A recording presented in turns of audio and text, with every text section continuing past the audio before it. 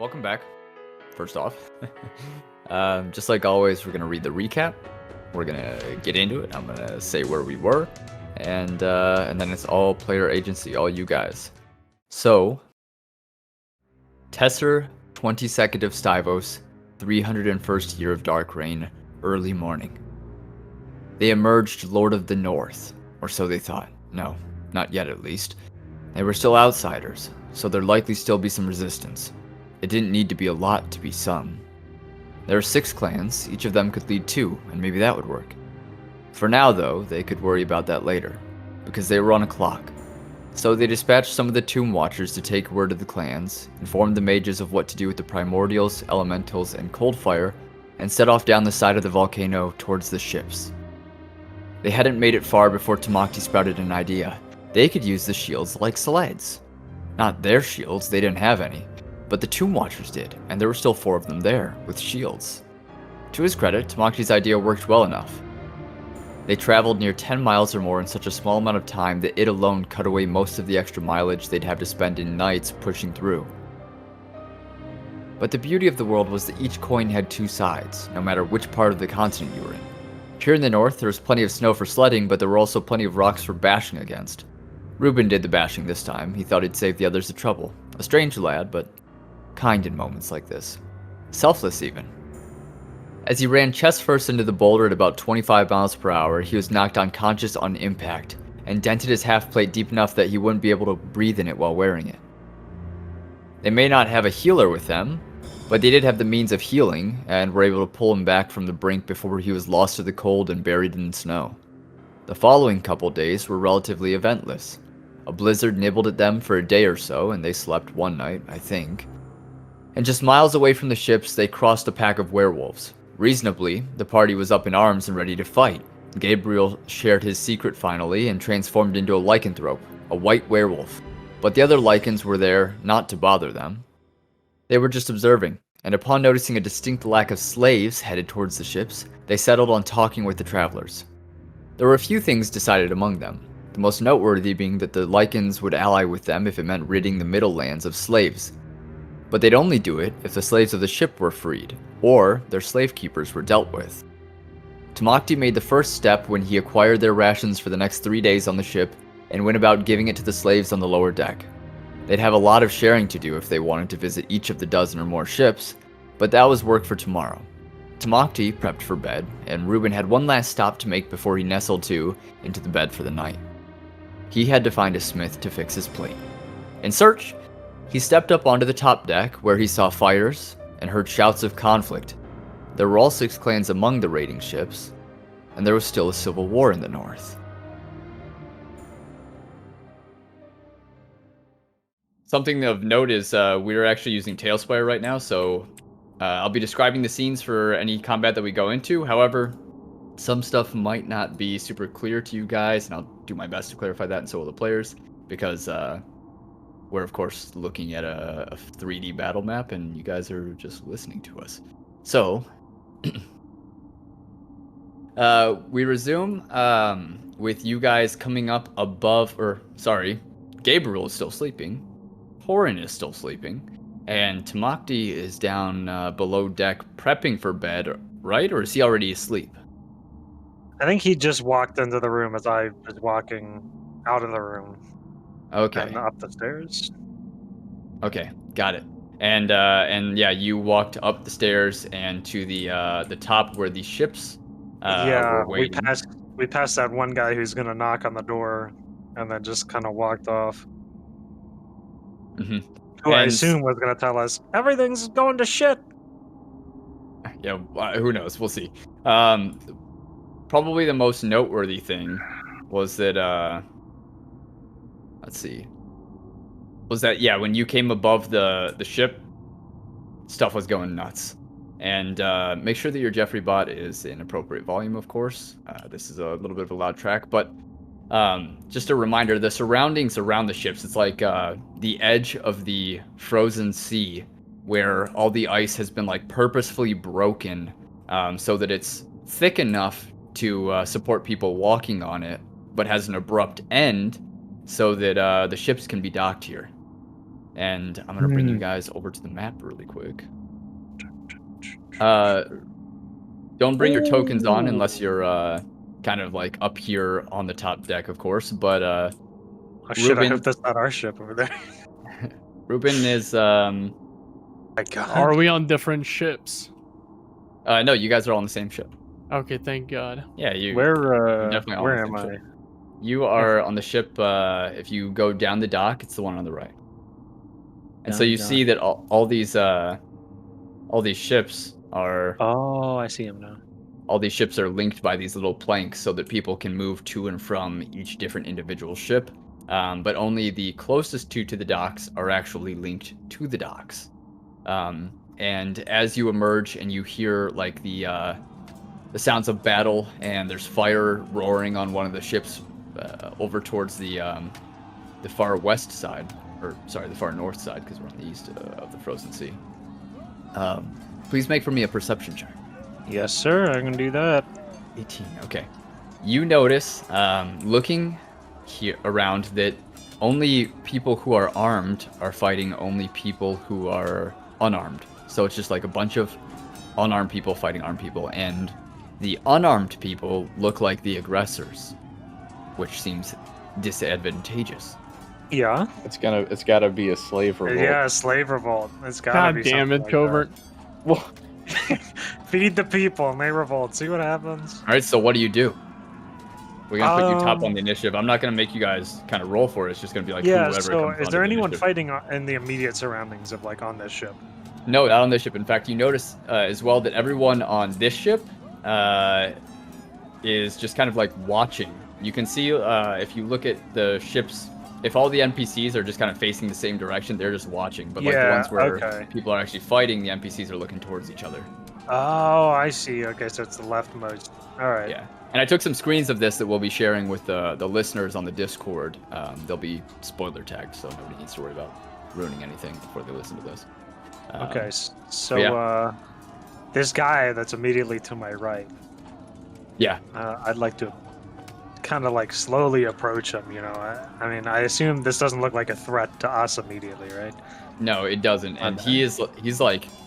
he's kind of like watching, his eyes darting around, slack jawed just a little bit, really confused what's going on, because all these people that are here agreed together on raiding the east side of the continent. Like, what reason is there for this to happen? So he looks confused. Mm-hmm. Well, I might as well ask him anyway. Yeah, Rubin approaches him. He gives a glance over his shoulder back towards like the ship that's on fire and glowing in the distance. What is happening? Why is it fighting? I'm not sure. This doesn't happen. Right. And he kind of looks over his shoulder again, back towards the fighting. I'm actually gonna go downstairs. I'm gonna get someone. Cause Okay. it's not a one-man job. All right. And so you go down below deck then. Yes, I do. And I'm going at a good jogging pace. Mm-hmm. And I assume the door is not locked, so I'm gonna push open the door. Is Tamacti asleep yet? probably not. I feel like the span of events. The span of time, yeah. He's probably like in Okay, bed yeah, looking up at it's- the ceiling. It's Yeah. probably been like a good, I don't know, 30 seconds. Yeah. You since we last catch saw me as I'm like pulling my boots off. Keep your boots on. This is What? a situation. What kind of situation? Not quite sure yet. Fighting. Wake Gabriel and meet me up top. Very well. You would be sleeping. And immediately Rubin starts running back up. Tamacti will sort of make a wary sigh and then pull his boots back on and walk over to Gabriel's cot and shake him awake. What is happening? Rubin has informed me there is some sort of situation. Dress yourself and meet us on deck. If I would require help to put on my armor, it will be much faster. Speaker Corn is like in the Yeah. bed across from you, Gabriel. Like, so it's two doubles, right? And Oh, I Speaker forgot Corn he is- existed. Yeah, he's sleeping in the bed I was gonna across say, from you, I like could- turned over on his side, facing I look the wall. to the side and I look back to Tamacti. I will get Quarren to assist me. As Go. long as you trust him not to bury a dagger in your unarmored back. I nod. And Tamacti will stand up, or over. Begin putting on my armor slowly as I get up and kind of shake Quarren awake. Speak of Quarren. Something is happening on the ship. Who's there? We need. It is simply I. Oh, you. What do you need? Why are you waking me? Rubin came down to tell us happening on the ship. I would prefer for you to be awake. It sounds dangerous. No. Also, I need help to put on my armor if you would oblige. Fine. I give him a thankful nod, and I kind of give him like my van braces and stuff like that to put around my arms while I do the legs. Mm-hmm. And he definitely looks both annoyed and disgruntled, but goes about helping you out. And arms first, and then kind of whichever you lead him to next. I assume after the legs would be like probably the shoulder chest pads, because I shoulders, probably can't reach those. Yeah. He starts to help you out with that. Excellent. Coming back to Rubin now. Rubin, what are you doing? Yeah, as I reach the top, I'm going to strap on what I can of the armor again. And just so I'm not completely vulnerable. And start making my way down this ramp. I mean, probably by the time, Rubin's not running or anything. So by the time that Tamacti gets back, he'd probably be at the bottom. Mm-hmm. Just having carefully skittered down to the dock. And so you make your way down the ramp and onto the dock. And then, Tamacti, you make your way out onto the surface of the ship.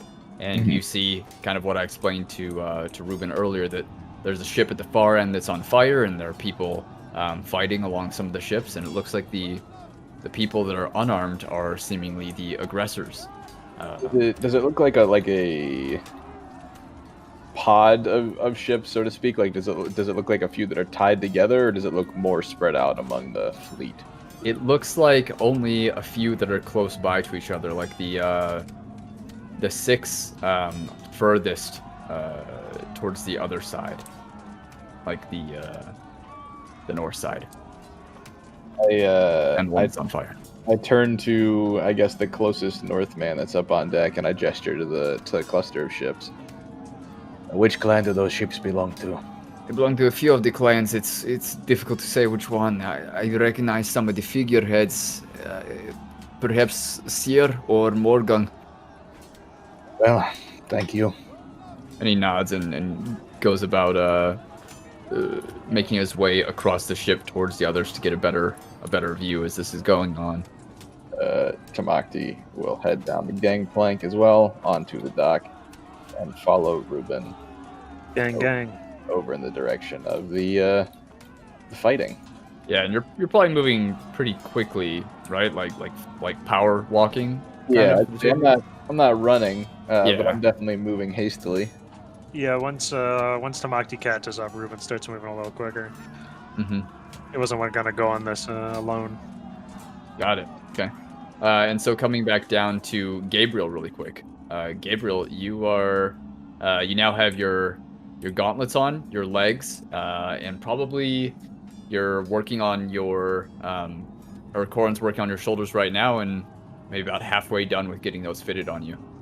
Sounds good. I was gonna say this usually takes about 5 minutes with assistance. Otherwise, it's like 10. Yeah. So we'll be coming back to you a little bit to give you. Yeah, no worries. All right. Back to Rubin and Tamacti. Yeah. So just the next ship over is some fighting, right? It is, yes, the next ship over. Okay. Does there look like anyone who seems, to be the authority figure on the ship we're currently on? It looks like, so it's entirely possible that some people are still below deck. You do see a bunch of figures that look not quite like they're in command, but there's one man standing at the near the bow of the ship, nearest to the plank that leads over to the next ship. And the guy with the battle axe? Yeah, and it looks like he's kind of getting ready to make his way across, but is content to observe for just a moment. Okay, that's who I'm going towards. Is Tamacti coming, or is he something he's doing? I'll follow. As I approach, since I'm sure he's pretty enamored with this fight, I'm going to lay a hand on his shoulder to get his attention. What is going on over there? There's fighting. It's hard to tell what the reason is. Those are my, I could say, acquaintances, and they're not typically hot-tempered people. You recognize those without weapons? And he motions past these two guys to whoever they're ganging up on that they can see. They're just other crewmen, it looks like. Oh. And you hear like shouting and stuff like that. And looking closer, it looks like none of them are making an effort to actually kill the unarmed people. Are the Like there's an archer like up on the kind of like the cover of the stairs for the ship, and watching with bow drawn towards one of the unarmed people in case they make kind of like a life-threatening move towards one of the armed individuals. I'm gonna look back towards Tamacti to see if he's got any ideas. And you have no idea what started this? No, I don't have a clue. I would like to try and break it up, but it looks like they're getting it under control.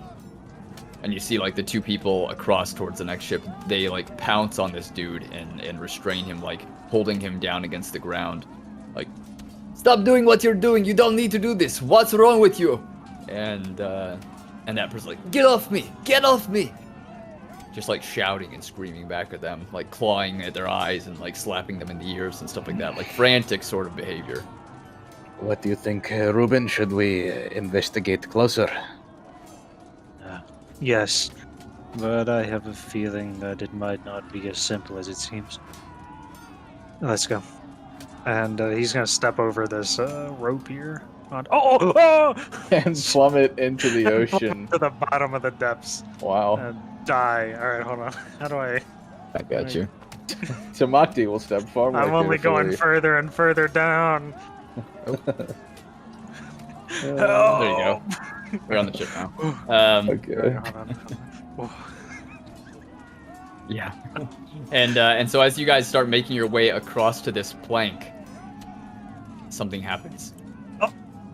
You see streaking across towards that same ship that you're moving over to right now, a fireball that comes from the corner of your eye. You're welcome to make a perception check to try and see where it came from, but otherwise it's going to be, it just happens so fast, it just sears across the air and smashes into this boat with an explosion on the surface, and all of a sudden the surface is covered in flames and splinters are flying off their huge holes in the side and water starts pouring into it.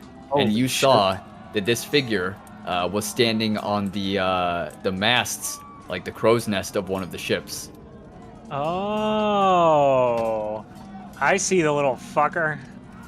And, at first, Rubin's taken off guard as the ship he's running to suddenly ignites. And he trails back that little bit of glow towards the source to look at the... What is it just, like, hard to tell? Because it's against the night sky? It's definitely kind of a silhouette of a man standing on top of the crow's nest. Okay.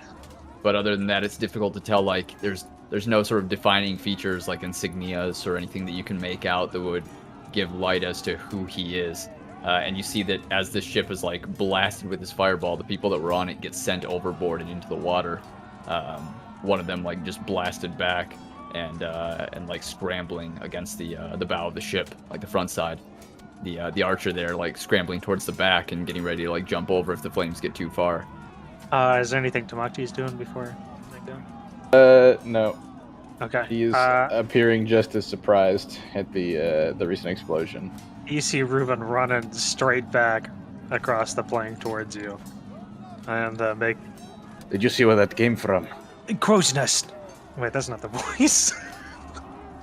Yes, the crow's nest across the way. Off the plank before it breaks. Okay. Tamacti will oblige. And he gets off the plank. He doesn't want to sink to the bottom of the ocean. And grabs this man here that was watching before and points over his shoulder straight towards where he saw the figure. Okay, and that man looks up and he turns around and points to the two archers behind the like up near the wheel. Focus your fire on them!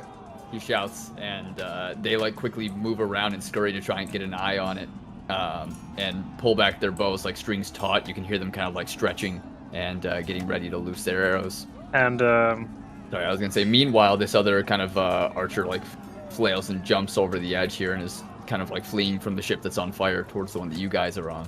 And she comes like panting onto the ship, like desperately clawing. I knew them both, referring to the two that had just gotten blown off of the ship. they're probably not dead. Probably not. We will look for them in a moment. Do the unarmed people on the boat that is, I guess, now on fire, or the other one, do they seem to react at all to this fiery explosion?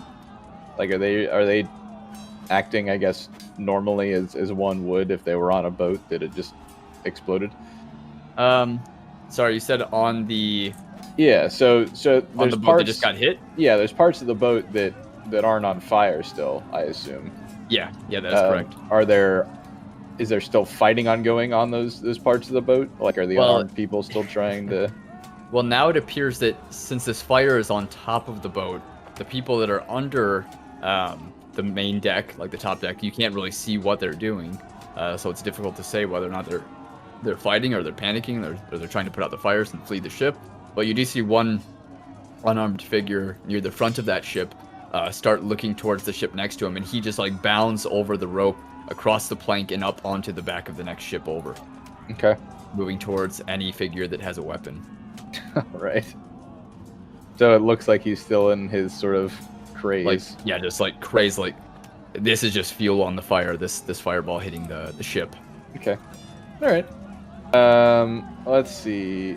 Roughly how far from my position is the figure on that crow's nest? I don't know. Probably about 100 feet. We'll say.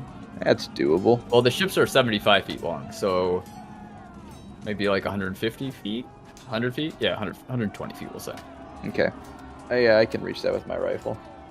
Tamacti will reach behind him and pull his rifle out of its sort of back holster thing, and move up, I guess, to a more advantageous position as close as he can. And then he's going to line up and try and fire a shot at this individual on the crow's nest.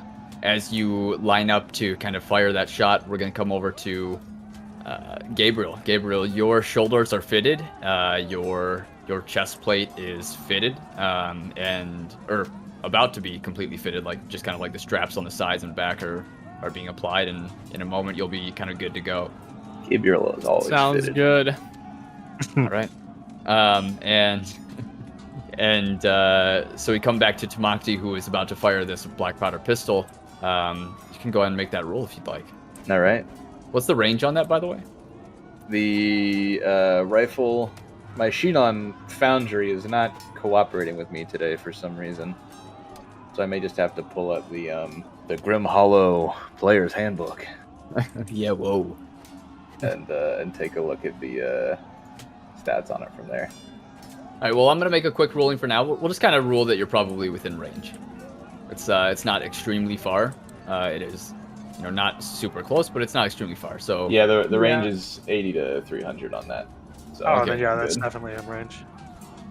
It's like 100 feet. Something Yeah. like that. 110. yeah, so it would actually be at disadvantage if your range is 80, 300, because past 80 would be disadvantage. Mhm. So that means make that roll at disadvantage. Wait, are you firing with the pistol or the rifle? The rifle. Okay, yeah. Yeah. Go ahead and make that roll.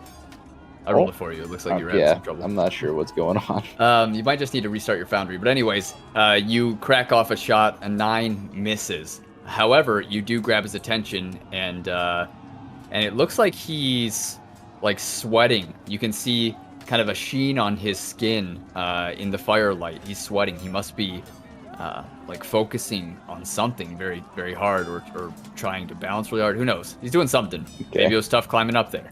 But there's a sheen on his skin, and he glances at you, and it looks like he's getting ready to launch an attack. And all of a sudden, does in fact launch a firebolt at you. I would like to, if I could follow that up, because I Yeah, do go have for extra attack, so I'd like to try and make another attack if possible. Yeah, go for it. Okay. I'd say you could. So I guess point of clarification. So one of my trick shots is wing shot. On a hit, the target must make a con saving throw or fall 60 feet.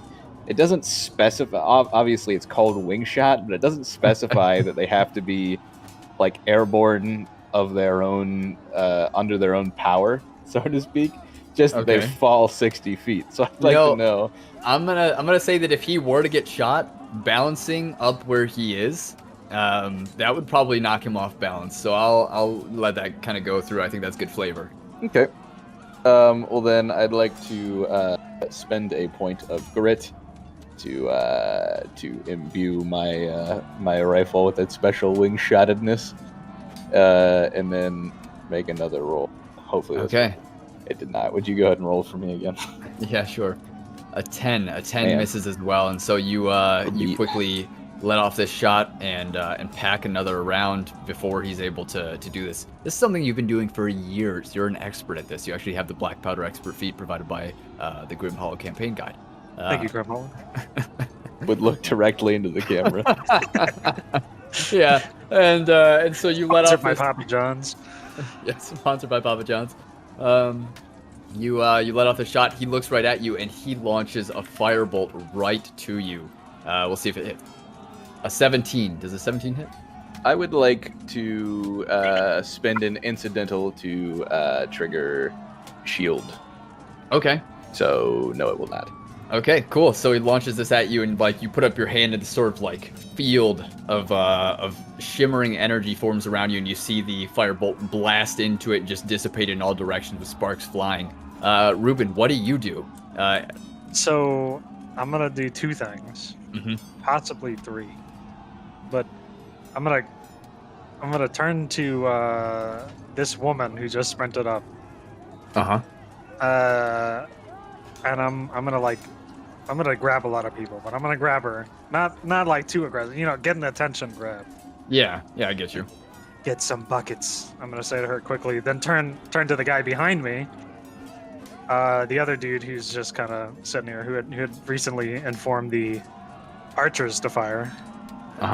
Tell the other crews, and I'm just gonna let them interpret that as it will, and I'm gonna move across this plank. The plank itself is not on fire yet, and you see quickly the others disperse and go about getting to the edges, pulling out equipment from like on top of the deck of the ship, just like buckets with ropes tied to the edges of them, and start tossing them over and quickly hoisting up these buckets. Excellent. And yeah, then the archers kind of let loose their arrows, and one of them does clip the like the hand of the mage as he's like kind of focusing on something, and you see he doesn't off balance or fall from it. It's not quite the force of like a lead ball slamming into you, but it does like kind of make him wobble there on the edge that he's bouncing on, and he kind of like seems like he loses focus for a moment, and all of a sudden the people that are attacking each other, it looks like they bring their hands to their heads and they're just confused. They have these headaches, and the combat kind of dies down a little bit. Gabriel, you are good to go. You are completely fitted with your plate and ready to make action. Real quick, I can move, right? Okay. Because I'm going to move to that hatch there. I'm going to climb up, unless I need to make a check to climb this. Oh, you're good, you're good. Okay, I'm going to climb that, and then just next turn prepare to go down below. Okay, there's going to be some fire like right at the edge there, and we'll get right back to you. But Tamacti, you're looking around, and these unarmed figures are all kind of dazed and confused looking, and their anger quickly subsides down to kind of like a simmer. And these other figures that are armed quickly wrestle them to the ground and are kind of like pitting them down in place and stopping them from further attacks if they were to make any.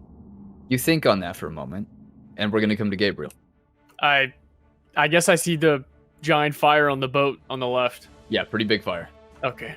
Yeah, like the masts are up in flames, the whole Yeah. deck is up in flames, the side of the ship is up in flames. They're like splinters floating in the water. I guess I see Tamacti silhouetting against the fire. It's like pretty much on top of that. That's fairly easy sight. Yeah, it's actually. Yeah, right. Okay, I'm gonna just jump down the fucking boat and start running on the docks. I'll go as far as I can, as you'll let me, to try and get to Tamacti. I'd say you're able to make it all the way over to the other boat. Sure. Sounds good. I look up at Tamacti. Tamacti, what is happening? It appears there is a spell user of sorts upon that Where? crow's nest there. I- Gesture. I look in the general direction. Has caused some manner of internal strife, controlling the minds of some of the crew members of the ships. I look at the only way to get towards that mast, which is now burning. Oh, that's slightly inconvenient. How's swimming with plate armor? Ooh, Pretty tough, I bet. But Yeah, probably I'm pretty not tough. a wimp, to be fair. yeah, you're not a wimp. But it's still pretty hard, I would assume. Well, how far of a distance is it to the other ship? Could you make your echo there? Actually, yeah, I could probably go on the right ship and then jump from there. Now that you mention it, like go this way. Yeah, I see what you mean. Yeah. Yeah, I could definitely make that jump actually. Well, I'll start running towards the right boat, and well, you tell me when to stop, I guess. When I get, Yeah, I'd say. like I'm gonna here. say just go ahead and make it onto that boat. Okay. But before you kind of blink your way on over there with your echo, I'm Tamaki, just do you do running anything else? there. Yes, I will sort of follow him across this gangplank and onto this boat. Okay.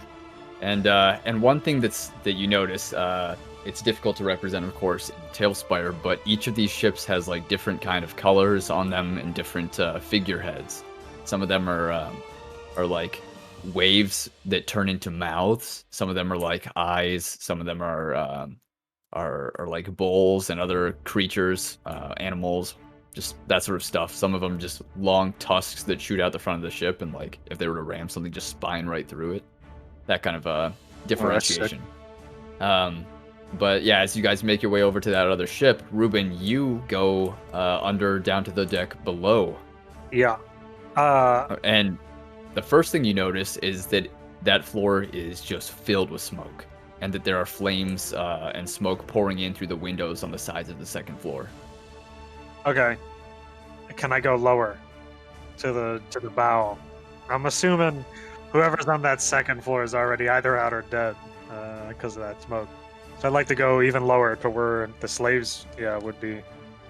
Yeah, and as you make your way down into the bottom deck of the ship where these slaves are, you hear the rattling of chains and shackles as they're desperately trying to break free and get off of the ship. Yeah, I would like to, without even taking a moment's hesitation or saying anything, I'd like to see if I can spot the first set of chains. I know it's dark in here, so I'm going to cast light Okay. on, I guess, the entrance. Can I do that on the door or something? Yeah, I'd say you could. So that in case this starts filling up with smoke, we can find our way out. And I'd like to go up to the first set of chains and just start breaking systematically. Okay, as how many how as I though? can. How are you gonna break it? Do you have like a fighting chain and like a what else? Let's see. It's true. I do have. I only have I have a hand crossbow. That's. Alright, hold on. Maybe I can melt it. Sacred flame. A sacred flame as a cantrip. Isn't Sacred Flame radiant damage though? It's not even real fire. Oh, that's true. I don't think it produces any actual heat. Yikes! Well, you need to cook some rabbit last session, but we'll let that slide. I have. Okay, stand by. I have searing smite. Don't you have like a fucking torch and a tinderbox? Something more simple? Yeah, well, I can't melt it with a fucking torch. Yeah, he's down there sparking with a flint and steel right on the chains. Wait, what are you catch him trying on to fire. The chain. They've Oh, like okay, they're never shackled. mind. Okay. Does it look like? Okay, I might not be able to break the chain, but does it look like where they're shackled is wood? Like it's got to be attached to something, right? Yeah, I'd say it's like Okay, anchored I'm gonna. in wood. This is probably some sturdy ass planks. Oh fuck. Yeah, I guess I'm gonna try to uproot them. That's the only thing, or at least break the wood around them enough to where with their combined like pulling, I might be able to get something done here because I can't break that chain. Okay. Covert is currently trying to fix his character sheet right now, so we're gonna try and skip over him a little bit. That's what he said. He doesn't actually show in the foundry for me. So what I'm gonna do really quick is I'm just gonna restart my foundry. That's not a super big deal. So you guys will also have to refresh yours. Sounds that'll good. fix it for him. But other than that, if it doesn't, we're gonna kind of keep moving, and I can just roll stuff for him if he needs me to. Yeah, coming back to Gabriel then, and the foundry's back up. Excellent. Well, I'm gonna run across that boat here. And just make it to the edge, so around like here, give or take. And then like running over there, you're like shoulder checking people out of the way. They're just like standing up against the edges, and they're like holding onto the ropes and cursing under their breath at you. And all of a sudden, you're at the front of the ship. And I will shoot an echo on the other side. It can barely make it by like grabbing onto the railing, essentially. Yeah, that's sick. And then I'll switch places and climb up myself. You are that much closer to this this mage or wizard or whatever it is up there at the top. Rubin. Yes. Hold on. You said you were looking for something to kind of uproot these anchors? Yeah, or is there like, I mean, I'm not sure if there's hammers or something down here for like repairs, you know? Because usually when ships take damage, they got like hammers and nails and wood around. You know, if there's anything to either break the chain or at the source, like if desperate enough, I could go and just try to break the wood. You know, I have a dagger. I have some other stuff I could use. I think that there probably wouldn't be anything on the bottom deck that would be used to kind of bust this open, because otherwise it would be available to the slaves. Okay. Okay. All right. I'm gonna run back up. Second deck. Filled with smoke. All right. Filled with smoke, and you see about 10 feet across from where you came in, more towards the front of the ship. There's a figure just unconscious there on the floor. I'm gonna run to the figure. I'm gonna get low first, and I guess crawl to the figure instead. Otherwise, I'm soon gonna be unconscious with them. And try to drag them back towards like the part of the room that's not yet filled with smoke. You know, by the exit. Yeah, that's gonna take you some time. So yeah. God, man, this isn't going great. Yeah, you're running out of time. Definitely, the ship is on fire. In fact, I'd say the ship is the fire is spread to the opening that will get you up out of the second floor. Uh-oh. That being said, though, coming back to Tamacti. Tamacti, what are you doing? Tamacti's currently bug fixing Google Chrome, but he's also going to be running to the end of this ship here. I believe that's just close enough to cast my second level Misty Step spell.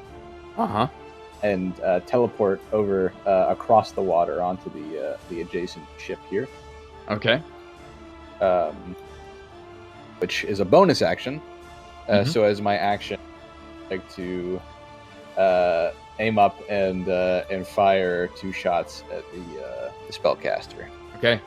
Yeah, go for it. Could you do those for me? Yeah, sure. You said it was with your pistol or your rifle? My rifle, please. Okay. Yeah, sure thing. A 14. And that would have hit if he didn't use shield himself. And you see all of a sudden he put up his hand, and there's just like this field in front, and the lead bullet that hits the shield just explodes into sparks, and he sends right back at you a firebolt. What about my second shot? Oh yeah, sorry, might be. You're right, good, dude. Hey, it's all right. Don't sweat it, bro. A 19 does hit him, and he loses his balance and plummets down to the deck of the ship. He smashes into it with a crunch, and it's like there's all this other commotion and the roars of the flames on that other ship, but it's like you hone in on the sound of that crunch as he hits the ground with a wet thud, just kind of like twitching and still alive. Okay. Well, that will be the end of my turn as I'm out of movement. Gabriel then, and then we'll come back to Rubin in a second. Well, I have enough range to, if I go below here, I could move, thank you, and just shoot up my echo to the first mast thing, whatever they're called. I don't know. He's on the ground with you, by the way. Oh, the wizard's on the ground. Oh Yeah, shit! yeah, I thought he fell it off just. and- Okay. He crackle popped. Yeah. Well, I guess I'm just gonna sort him through the goddamn chest. You know, pretty simple. Keep it pretty simple. Okay. He's you know, you wouldn't have gotten a sword if he's not trying to burn people alive right now. But I think he played his cards. So I'm gonna try to kill him. Let's All right. see. Yeah, go and make that attack. Sounds good. Ooh, pretty bad. Oh, also really bad. Jesus. The first one misses as he like brings up his cane to defend himself and kind of like rolls over, and your blade sinks into the ground, and then you like bring it back up and you drive it in a thrust right down into his midsection, and he grabs onto the blade with one hand, just like desperately holding on to it, kind of like the look in his face of the shock of pain of just having been stabbed, but also some other look that's hard to gauge. Fair enough. Do I roll damage, or is he just dead, or? No, he goes unconscious for sure. Okay, sounds good. Now let's hope that whatever mind power thing he's doing drops from people. Otherwise, we're fucked. Well, that had seemingly already kind of happened.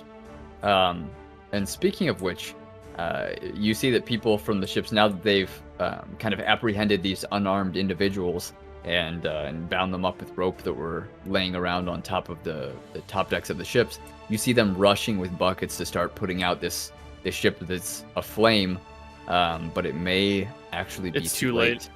Yeah, I go, the guys with buckets, disconnect the bridges. That ship is lost. Yeah, and so they start going about that, and you see them quickly like pull over the two that are at the armed man who was at the top of the back of the ship closest to the one that's on fire, lifts up the edges of the gangplank and starts pulling it onto the ship that he's on, away from the burning ship.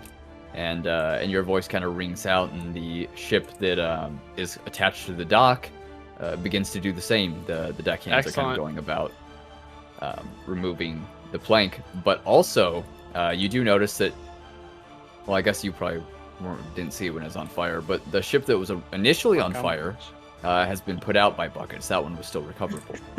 This Now- one is just way too Yeah, much. yeah, Look at This yeah, one this. is that's fair, way that's too fair. much. Yeah, it's There's just fully up ablaze, like all the way on the sides. The Yeah, mast. this In shit fact, is one of the over. masts comes like crashing down into the water, and it's like you can hear it sizzling and steaming and hissing.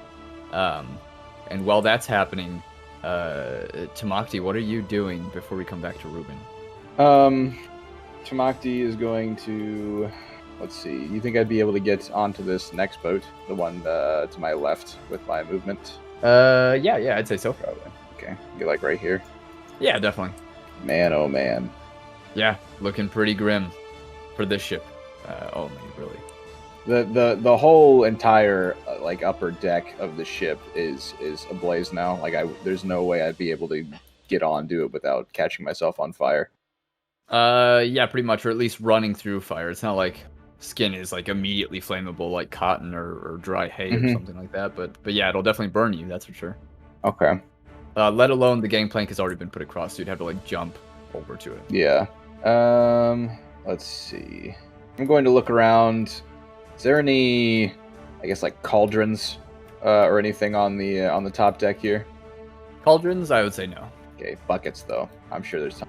Most definitely. Okay. I'm going to. Are they full of water still?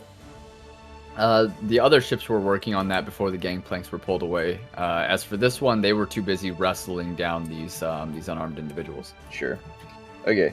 Alrighty. I'm going to, I guess, wrap myself in my cloak as best possible, and use my bonus action to Misty Step onto the ship, Okay. and then I will use my action to dash And then I'm going to run to, I guess, the opening of the below decks if I can. Okay, running across, you take 5 fire damage, and you have to like pat yourself out as you reach the second deck. But before you do that, before you come down there, and I'll announce when you do, Rubin, what are you doing now down there? You were dragging this individual towards the... Yeah. And once it's at, like, sort of close, does this person seem to have any keys on them? Maybe that could be used for the lower deck chains? No, it looks like a gentleman that may have just been one of the raiders. They had no sort of specific role, kind of keeping watch over the slaves or their security. Back up and open the flaming hatch, or I guess it's already open. I'm gonna back up and try to get out of the fire here real quick. Okay, and are you dragging this person along with you, or? I'm gonna keep him down there for now. Okay. Because otherwise we're both just gonna catch on fire. Okay. But can I get to the top deck here? Yeah, and kind of as you were making your way over and trying to get down onto the or up onto the top deck, you see Tamacti is up there, and he probably gives you a hand and helps pull you up amidst the blaze here. I would imagine. There's slaves in the bottom. Try to break the chains. I will do what I can to stop the fire. Okay. Tamacti will nod, and he'll head down, sort of surveying the scene, I guess. Are they all chained together in long rows, or are they all chained individually? So first you have to cross the middle deck, of course, which is covered in smoke and difficult to see. But when you do make your way to like the beacon of light that is the door leading down into the slave floor, which is the bottom deck of the ship, or the bottom floor of the ship, you see these figures are still trying to bust themselves free. Like the bottom floor is not on fire yet, and so the wood's not weakened or anything like that, but it is like very, very hot down here, like miserable. These people could die of, just overheating left here long enough. Sure. So again, are they chained together in kind of like long rows? Like, is there 1 or 2 or 3 central locks holding them all in, or are they all kind of manacled separately? So they're in like these double seats. So there are probably like 8 to 10 rows of them, and in each row on each side there's a seat that seats 2 of them. So do the math a little bit, it's probably a total of about 36 to 40 slaves down here, chained to the floor in 2s. Yeah, it's a lot of anchors to break. It is indeed. Not to brag, but you fix your stuff. I see did a bunch of stuff that I don't really understand the consequences of to my Google Chrome, and it works now. Don't really understand the consequences. All right, cool. So what next? I would like to pull out one of my pistols, make sure that it's unloaded, and then use the back of it as sort of like these old-timey black powder. They're basically like clubs that also happen to shoot musket balls. So yeah, I'd like to use that to try and bash the locks on as many as I can this turn order. And then I'll say, I'd like to kind of identify, I guess, the hardiest looking one of the slaves, free him or her first, and then hand them my other pistol and sort of instruct them to go around the other side of the ship doing the same thing, so that we can hopefully work twice as fast. Okay, there's a lot of stuff going on down here. The ship is ablaze. Shit is going nuts. Yeah. I need you to make a perception roll to see if you can kind of decipher, or an insight. Actually, an insight could work too. It's up to you. To see if you can kind of decipher who looks the hardiest at a glance when it's so dark down here, and they're all kind of emaciated, underfed people. Yeah. Okay. I will do an insight check. That's a 9. Not great. The first one you see looks like he could be an average adult that just has been kind of underfed. Not like the hardiest, but definitely workable. You, I gestured to him. Can you swing a hammer? I can swing a hammer if you let me free from this. I pull out my pistol, smash his lock, and then hand it to him. This will have to do. Get working on the other locks. And he takes it, and he there's a sudden moment where he looks towards the hatch leading up to the next floor. Oh no! Hey. I could leave. Stay with but me. then he turns towards you, nods a couple times, turns away, and dashes down towards the opposite side of the ship from you, and starts to. You hear just the rhythmic like thud, thud, thud, and then like jangling and like go, move. Tamacti will watch him dash off, helping the others selflessly, and nod his head. Good guy. I love the human race. And then he will dash off and begin smashing locks of his own. Meanwhile, I'm just gonna roll some kind of like overtime damage that you guys are taking during these actions. Rubin, you take 6 fire damage. Tamacti, you take 5. It is just boiling down here, and of course on deck. So, with that being said, while you guys are doing this, and we'll come back to you, Gabriel, you just thrust your sword into this wizard, and he's definitely down for the count. Cool. Or could even be dead. Who knows? But what do you Who do knows? next? Pull it out. And I look towards someone next to me. Try to make sure this one does not bleed. And he goes about like just immediately bringing his hands together, just pushing them onto the wound. Yeah, I will. I'll drop him like rags and shit that I have like in my pack, just so to help him out. But start making my way towards the burning ship. Seems a bit more pressing right now. Yeah, and your echo is probably like running along behind you. Because Tamacti went there, so can't let him do all the work. Got it. But we did disconnect this goddamn ship. Is there a hatch here, or is it just to the back? It's only at the back. Yeah, a bit of an inconvenience on the engineering on that, Yeah, but right? Well, I was thinking. What about where the mast broke? You know what? I'd say that where it broke Maybe and fell it's down and weakened? smashed into the side of the ship, and where the fireball kind of hit, the combination of the two might have made a gap large enough for you to squeeze into the second floor. Oh, I don't even need to squeeze in. I just need to shoot my echo through this so I can, All right. Yeah. So as long as I have line of sight, that's all that matters. Okay. So I will, so I can see the hole from here and like inside the hole, more importantly. Yeah, you can. Okay. Then I will do that. And smoke is like pouring out from it, and it's That's barely all right. visible, but all of a sudden your vision warps as you send the echo down there, and probably switch with it, I would assume, right? Or do you not switch with it? All right. Sorry, my headset disconnected for a solid 5 to 7 seconds. So You're didn't good. catch the last bit of what you said. Yeah, so the hole in the ship, like smoke is roiling out of it, creating a black column that's like leading up into the sky and like blacking out the moonlight. And you shoot your echo into it. Do you switch places with your echo? I don't see why not. I can't really operate it when it's that far away. So if I wanted to go through the whole ship, I'll have to go there myself. Okay, and so you like your vision warps and you immediately like appear on the ship. It's difficult to see around you, but you can see towards the back of the ship there is a hatch that is glowing bright yellowish white with the spell light cast on it. Nice. I assume there are slaves that are tied down here. Well, you're on the second floor. They would be on the bottom floor. The floor that you're on has been mostly evacuated by now, and people have like fled onto the other ship or bailed off into the water through Sounds like good. small holes that they could squeeze through in windows. Okay. Is there a bucket somewhere on this floor? Yeah, I'd say it's a ship. This is a thing that could happen. There are probably buckets on really every floor. I'll try if possible to like, reach where the side hole is and grab a bit of water and just go help down Cobra because I think he's taking fire damage. So. I'm gonna say it'll be probably too far for you to reach. Oh, fair enough. bucket, All right. definitely. I'll just run over to the staircase then and try to help Tamacti. Okay. Or whatever he's doing, which I don't know at the time.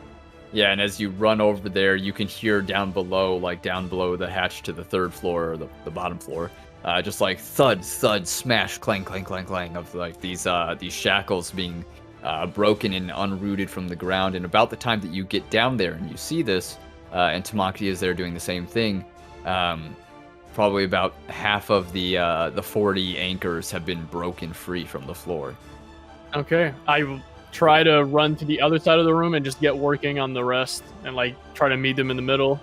So we have 3 people doing it now. Mm-hmm.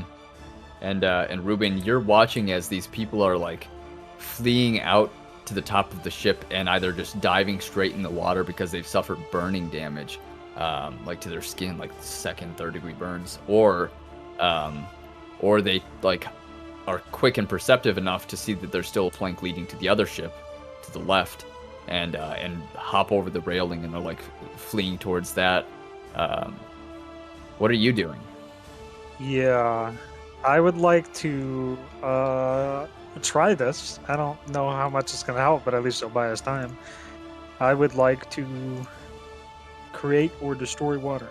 Okay, yeah. And how much water does that make exactly? It says you can create up to 10 gallons of clean water within range in an open container. Alternatively, the water falls as rain in a 30-foot cube within range, extinguishing exposed flames in the area. 10 gallons is no joke. Yeah, that's a whole lot. Well, I think the rain sounds pretty fucking lit. Yeah, that's pretty sick. And that's 6 tiles, right? Or 6? 30 feet would be 6 tiles, yes. So that's like the whole ship, right? If I cast it in the middle? No. Wait, is it a radius? 30-foot cube.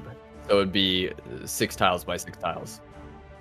Water rains down on a cube in that area. Kind of... I forgot how to talk for a second, sorry. Extinguishing the flames that are on the back half of this ship. You still see there are small cinders. There's still like a little bit of blaze, and there are there's like steam rising up and char all over, of course. But it's not gonna set anyone on fire. At least when they walk across this, it might burn their feet, but that's just about it. Okay. And coming back down then to Tamacti, you guys are busting away at this stuff, and finally, the combined effort of you and the guy that you had let free and handed the other pistol, it's enough to break everyone free. And as Gabriel arrives, seeing this, you notice that some of the people that are broken free are unconscious. God damn, how many? Maybe 2. Okay, then I'll carry both on one shoulder each. Okay. Let's see. Start getting them out here. I'll look around. Is there like a water trough or something that these slaves are drinking from? Like if they have a means of water down here? No, it's likely to assume that they are brought down like buckets of water and ladled, like a couple spoons of it each at a time. Man, okay. I'll walk over to the man that I gave my pistol to, and hold my hand out for it. You did very well. Now, let's get off this boat. Give him a reassuring smile. He hands the pistol back to you, nods a couple times, turns, and goes to actually offer to carry one of the 2 unconscious individuals that Gabriel will now be carrying, if he would like to hand over one of them. One of them is probably like a 14 or 15-year-old boy, far too young to fight right now, but not too young to be put into labor. Fair enough. In this kind of world.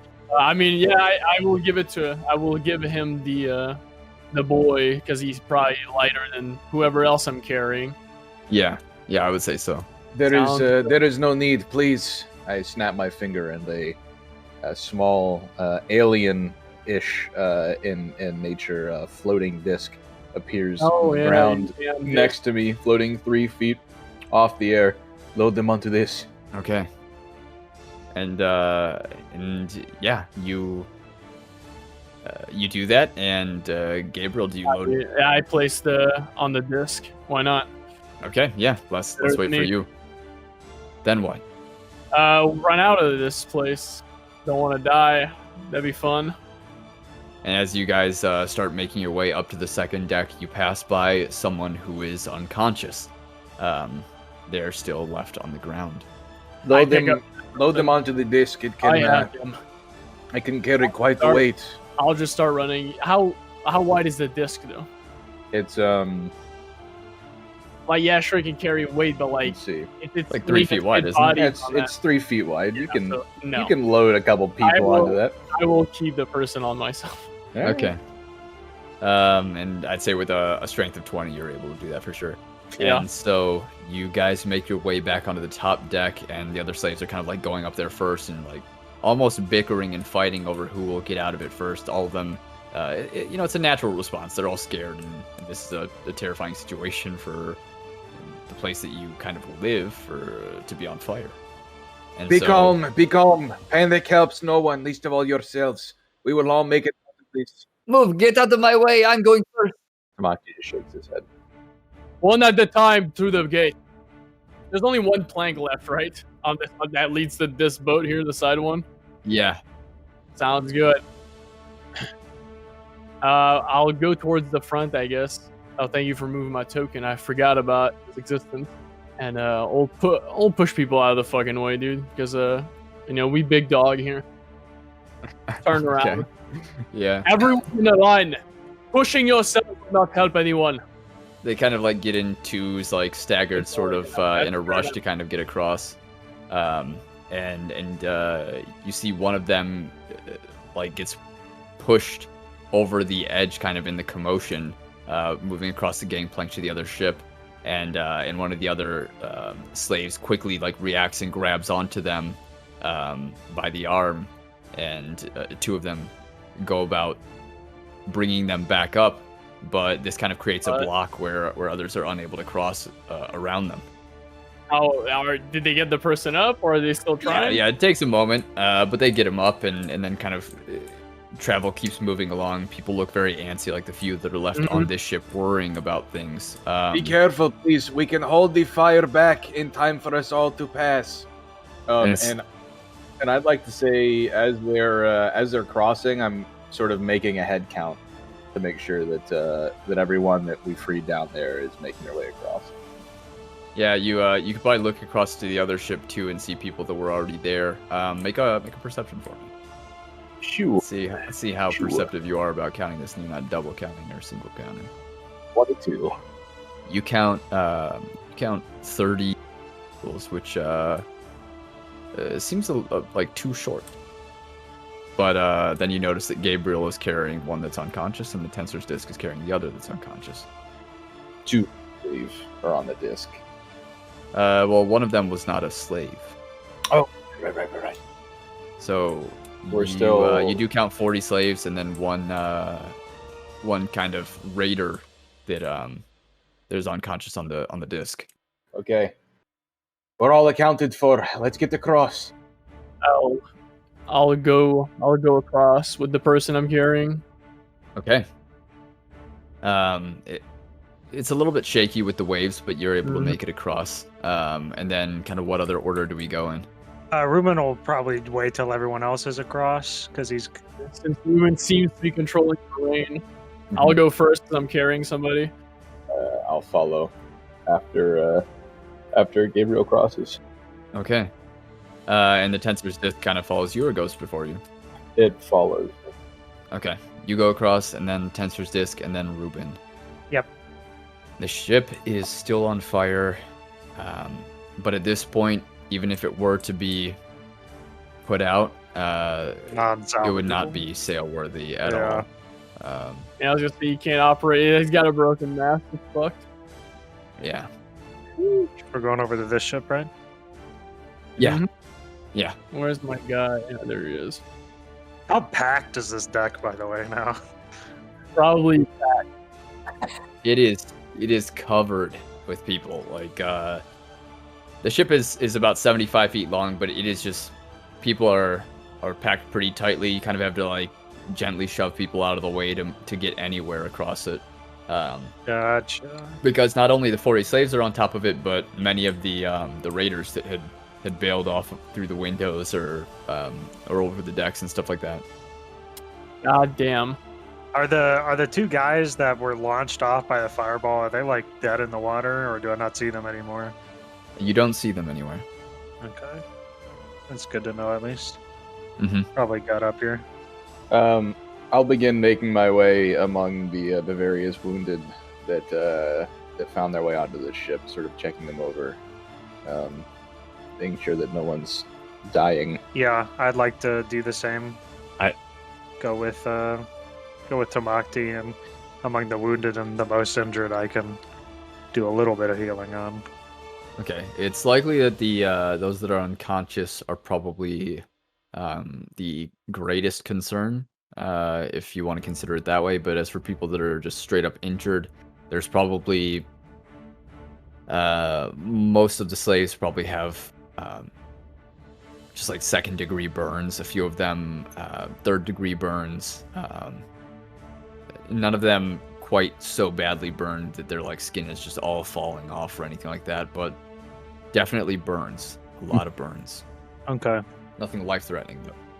Among the unconscious ones, are there any that look like worse for wear? You know, that they're not going to pull through? They look like they're gently breathing. 2 of them, the 2 that were unconscious down at the bottom deck, the slaves. But the 3rd one that was on the Tessur's disc and was unconscious on the 2nd floor originally is not breathing. Okay, I would like to do spare the dying on them. Okay. Which is just, if they're not already dead, they become stable. You lay your hand on them, and a sort of dark, reddish, like an angry red, flows into them, and nothing happens. I would like to check to see if, you know, obviously Rubin's not a medical professional here. You know, he reaches up, takes his helmet off, and places, you know, his ear against this person's chest to see if their heart's even beating. I'm gonna say on that one, you're gonna need to make a perception because the roaring flames and all the like waves lapping around, it's gonna be a hard sound to kind of pick up amongst all the noise. A 23, okay. Natural 20 as well. I would like to know this entire man's medical history, please. His heart is not beating. Ah, shit. Shot out real one. It's over now. Yeah, he's dead. And after examining him, you know, Rubin looks up towards Tamacti and shakes his head slightly, and then scoops his helmet back up and goes among the others.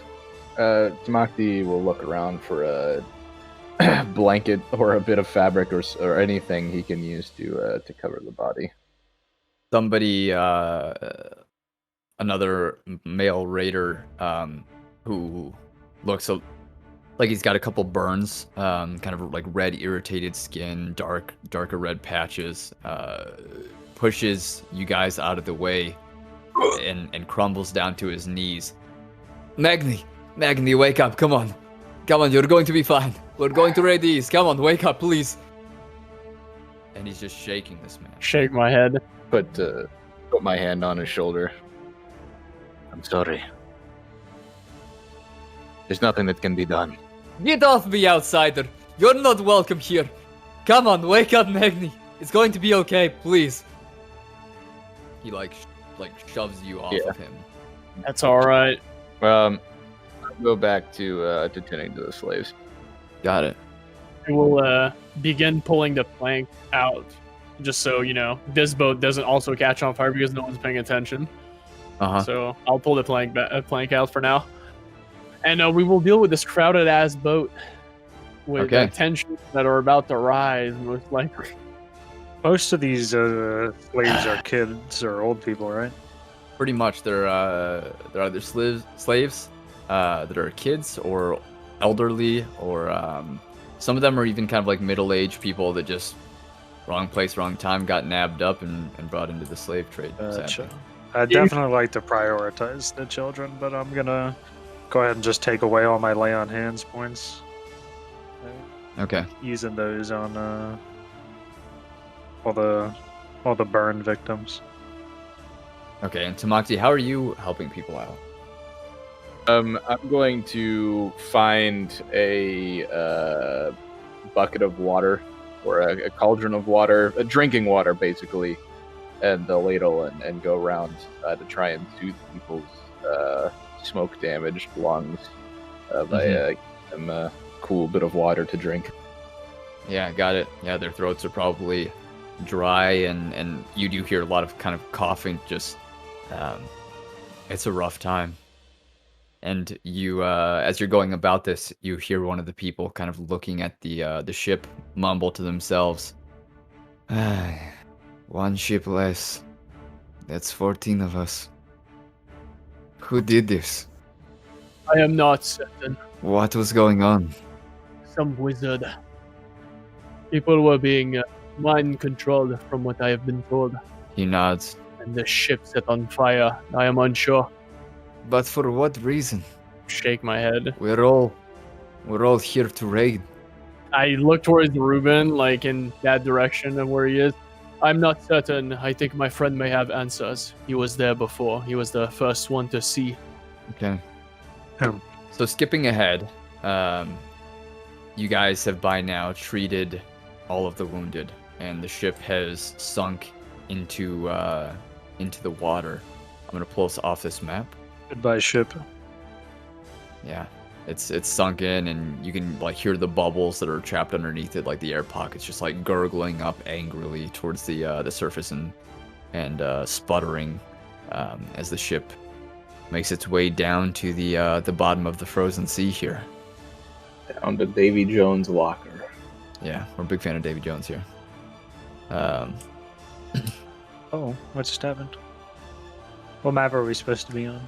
Oh, There you go. there we go. Just an old man. So everyone's been treated.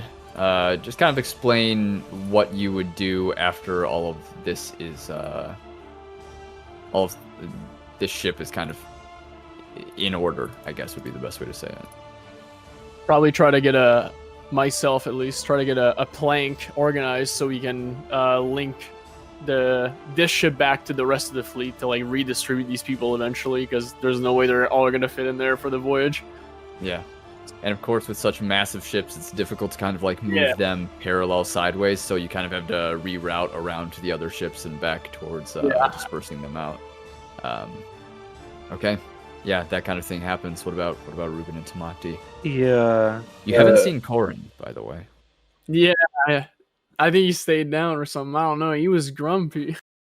Not a happy man. That's alright. He probably would have gotten himself in more trouble anyway.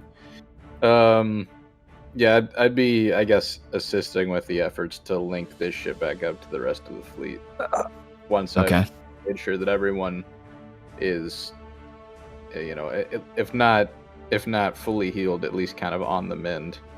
Mm-hmm. And Rubin, on the other hand, this is the first time he's ever like I wouldn't say this is the first time, but before all this party and this adventure started, he'd never left Olstenburg. He'd never seen a slave in that literal sense, and so he's the initial rush of it all, he didn't really take it in, going below deck, but now that he's seen it, I'd say he's more so just focused on that at the moment, and maybe sitting amongst them for a little. He's not really regrouping with anyone or helping to rejoin the ships, just taking it in. Well, once everything is kind of organized and you guys go about what you have been doing, you probably, the adrenaline wears off and you start to feel your eyelids grow heavy again. It's probably about an hour until sun will rise, as is indicative of the lightning sky. And you guys did push through the night to travel here. Yeah. So you might be a little bit That tired we as did. everything kind of wears off. That we did. We did indeed. Suppose eventually I'll go back to the ship and go to sleep again because I'm tapped. Mm-hmm. Crazy, and I just deal with whatever the fuck in the morning. And everyone is chipping in. Like everyone that was either not involved or was involved, but like not in the ship that was on fire is chipping in and welcomely like bringing other slaves aboard and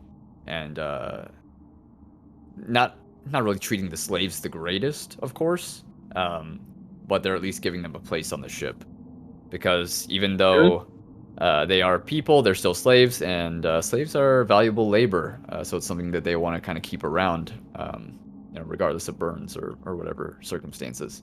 So they're just redistributed amongst like the fleet. Yeah, pretty much. Okay. Yeah, maybe. But it's likely that those individuals you guys helped will not forget this. I would like to head over to the ship where the wizard was being treated, or the spellcaster. Uh-huh.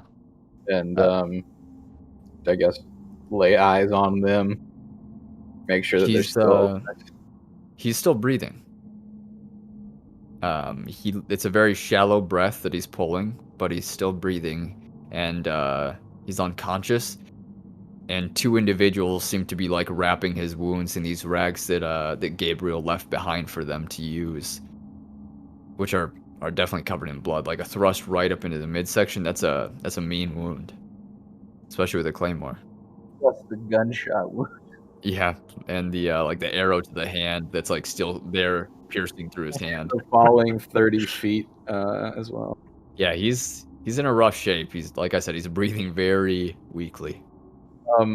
Going to cast about, or I guess ask someone if they have any spare shackles on the boat. Sorry, as you ask that, you see one of them like pull out a pair of shackles that were like just in their bag, like as if keeping and taking more slaves was a common thing. And he just like tosses them on the ground next to you. They're open.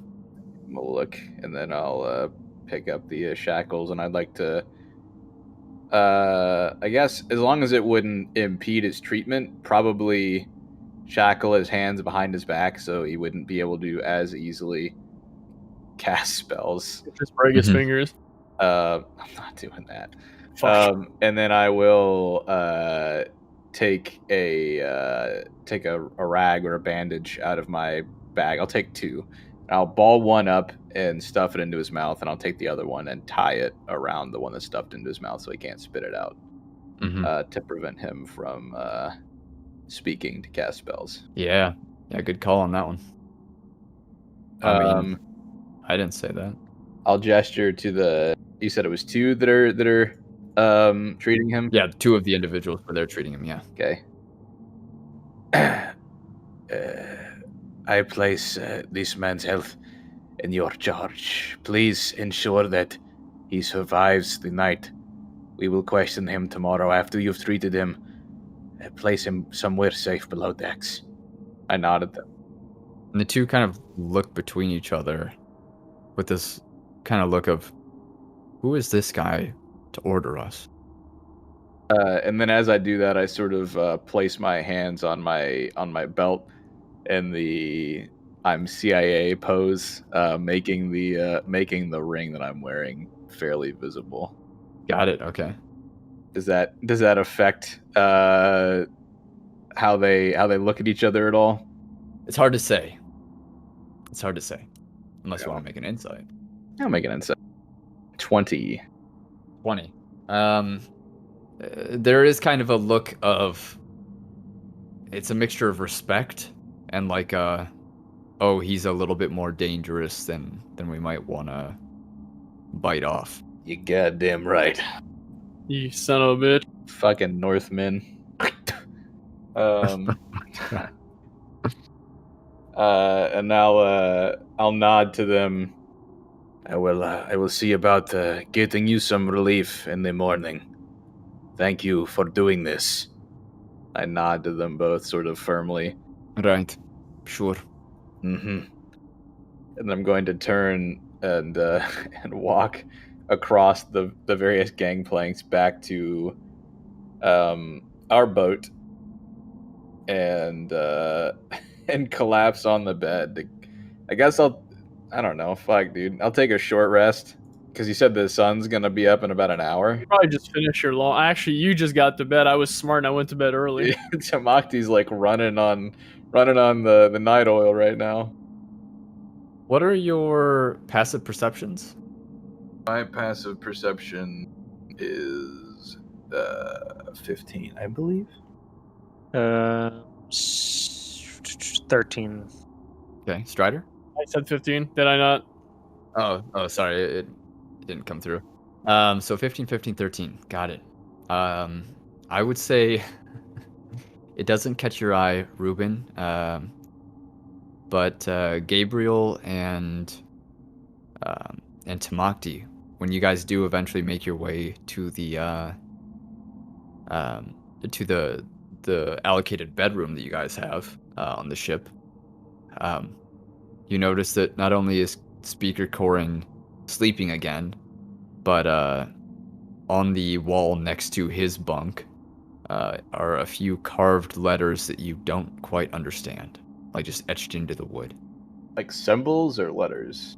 Like letters, but they're not of a language that you're familiar with.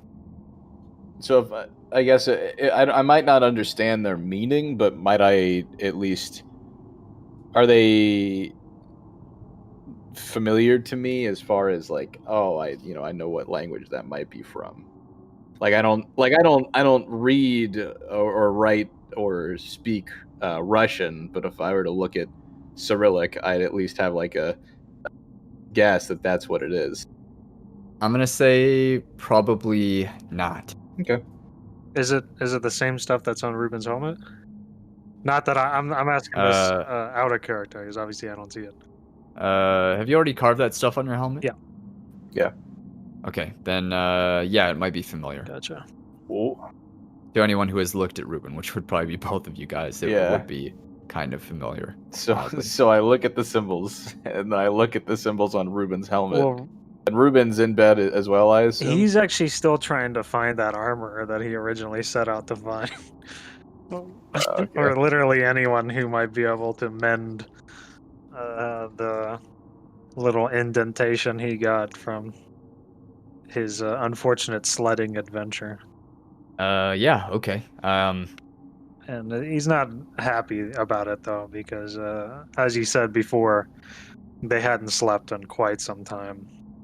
And, he's clearly dragging his feet and his head's down a little bit, but every once in a while, as he gets to a new ship, he'll look up, see who's present on the deck, and maybe ask from one figure to the other.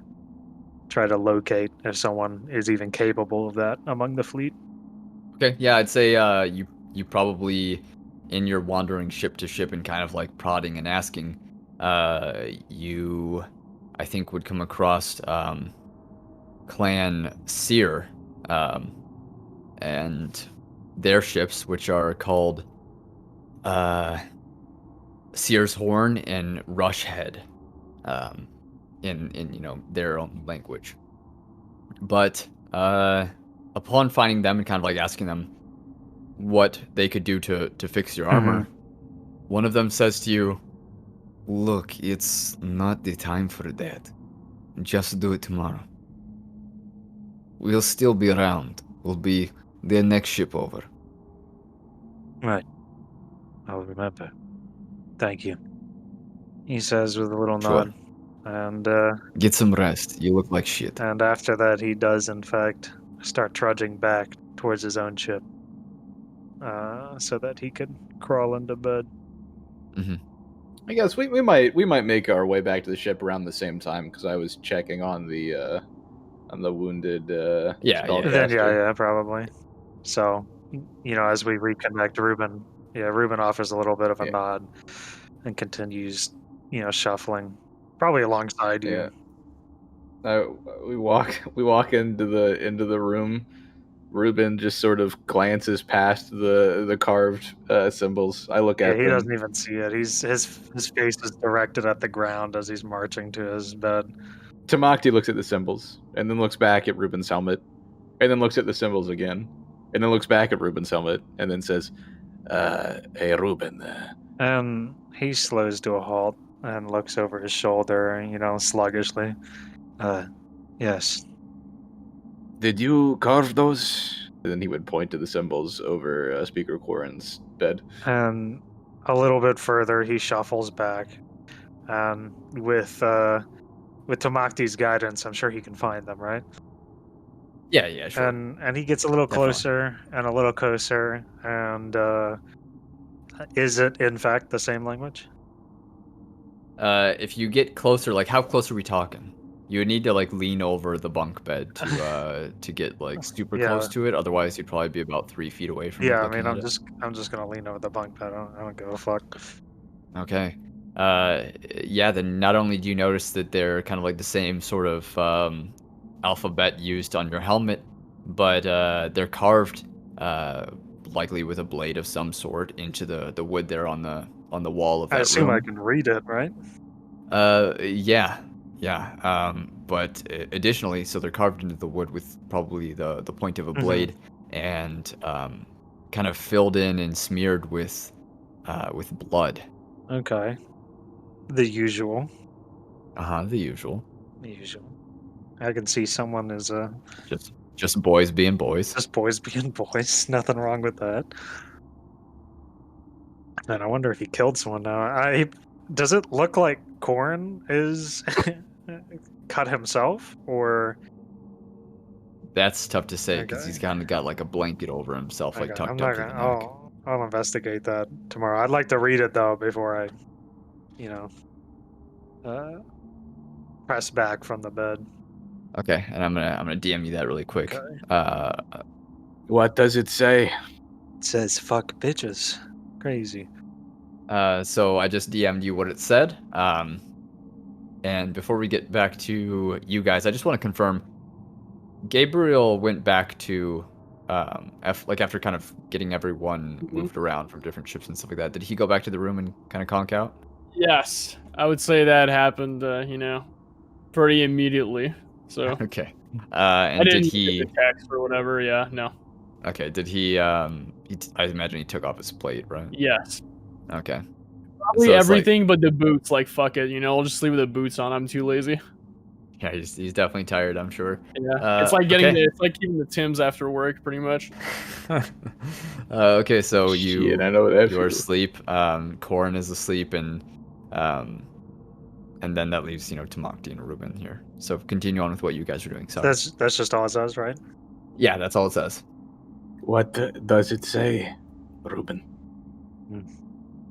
It's simply a message to our Lord, I suppose. And he, Message to what? Sorry. our Lord, and he motions between himself and Corin, and then leans back from over top the bed bunk. I assume in thanks. All right. Tamacti looks like he is about to say something else, and then he. And Ruben's just kind of staring at him. I mean, it's hard to tell what he's looking at exactly, but it's pretty safe to assume he's staring at Tamacti. And then he's just gonna reach down, and he's about to pull his boots off, but then he thinks better of it, given the events of the last couple hours, and then he's just gonna, like, still fully clothed, he'll just lay down on his cot, on top of the sheet or whatever, if there's even a sheet or a blanket. There's a thin blanket. Yeah. Okay. He'll just lay it down on top of that, Yeah. and kind of try and curl up a little. Yeah, and you were the top left bunk, right? Mm-hmm. Okay. And so you kind of crawl up there. You're just wearing studded leather, correct? Yes. Okay. Yeah. Totally. I mean, totally workable. Honestly, sleeping. Probably Tamacti's used to sleeping in his full clothes on the road anyway. Yeah, that's fair. Totally. Okay. Sleep well. And what about Rubin? Yeah, he just mutters sleep well, and then kind of shambles off to his own bunk. He takes off the withered Okay. warrior plate and lays it aside, and then the rest of the stuff he just wears to bed. Okay. And so then, as you drift off to sleep, and as Gabriel and and Tamacti are sleeping as well, everyone's kind of gently, probably snoring. You guys are all sort of brutish a little bit. Can say that again. Gabriel, you have a dream. No, that's always good. You find yourself it almost feels like the moment you close your eyes, it's like a blink and your eyes open back up and you find yourself surrounded in a valley. There are rolling hills, and there's a single valley between these two rolling hills. And the elevation difference is probably something like 30 feet. The fields are tall grass almost up to your knees. And there's no sound, just the gentle rolling of wind, kind of like shifting the grass in waves and ripples that shimmer in the setting sun. You can't remember when you fell asleep or if you did fall asleep. It feels kind of real where you are. God damn. Hmm. I suppose there's not much to do but walk forward towards the hills. All right. And so picture it like this. You're in the valley. There's a hill on your left and the hill on your right. Mm. Which hill do you go to? Right. Right. Okay. And you make your way up the hill. And about halfway up the hill, you hear a kind of echoey, non-uniformal, like staggering and shuffling of feet. So many that it is audible in kind of like a rolling thunderous effect. And coming up over the crest of the hill as you're halfway up it, you see the undead forming over it. Their heads first, and then their shoulders, and then their torsos, until they're all the way up. And at the figurehead of this army is the image of the Lich, the same image that you saw painted in that mansion some 15, 20 days ago in the Fogwoods, just east of Ulstenburg. And standing next to this Lich is a man that slightly, and he's undead, but seemingly kind of like has his own sort of thoughts and direction. Standing next to the Lich, he looks a little bit like you. Damn. Like how a little bit? Like he's not a mirror image of you, but there's definitely some resemblance. He's missing kind of some of his flesh on his face, like from his cheekbone on his right cheek down to his mouth and down his neck, all the way to his collarbone, just like a thick strip of it missing. And his eyes are kind of glassed over and pale with a gentle sort of red tint to them. And he's wearing a half plate with like leather leggings, and carries with him a single long sword in a sheath on his side. I see. Well, I suppose the army is not attacking me as I go up this hill, or I don't know, maybe they are. No, they seemingly don't attack you. I will walk ahead, like I guess through them or whatever. They look at me at all, or like they notice I'm here, or am I? They do not look at you at all. They don't seem to notice that you're there.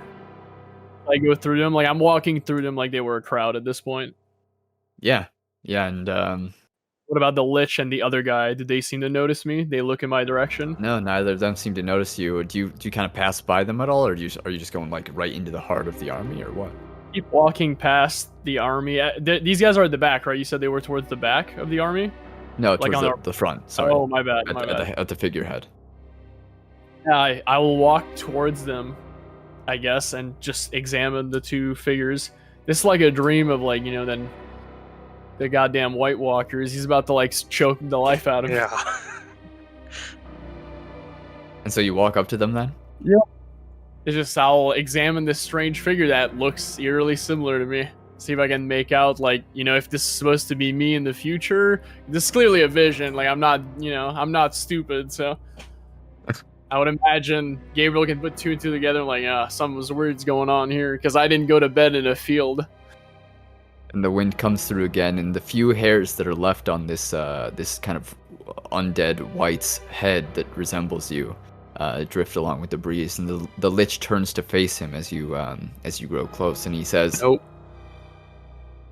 Seamus, when will we expect that the army will be here?"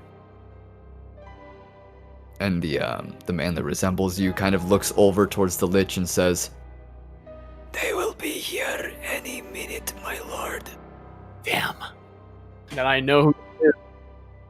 And then, as if on cue, you hear the rumble of uniform kind of marching as an army crests over the opposite hill some couple 100 feet away.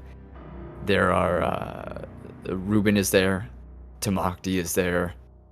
You don't see yourself, and there's Northmen there, and slaves that have been equipped with kind of like leathers. You recognize some of the people that were down below the ship, actually, that you had just sort of rescued, and there are Westerners from the Barak Empire with griffins, and Lycans being led by the sort of lieutenant of that lycanthrope army that you had spoken to the previous day, all gathered up here. The army is just about the same size as the army of the undead, and then you notice that there are bats, giant, like horse-sized bats, flying above you on your side with the undead army. Yeah, I was gonna say which one's my side, but I get it. Yeah, with the undead army. Got it. And I'm not there on the other side. Well, this is a foreboding sign that I will die. I look towards the Lich and Seamus, see if they do anything or once again notice me. They don't seem to notice me, so that's probably good. Kind of stand up to them. Ah, there he is. I thought he would show up. You hear the Lich croak out in disgust as Oscar Runecrest, the vampiric hobgoblin that you know the kind of like loose history of, having been old-time friends with Seamus and the Lich, he pushes through the army on the opposite hill and makes his way towards the front, standing there beside both Rubin and Tamacti.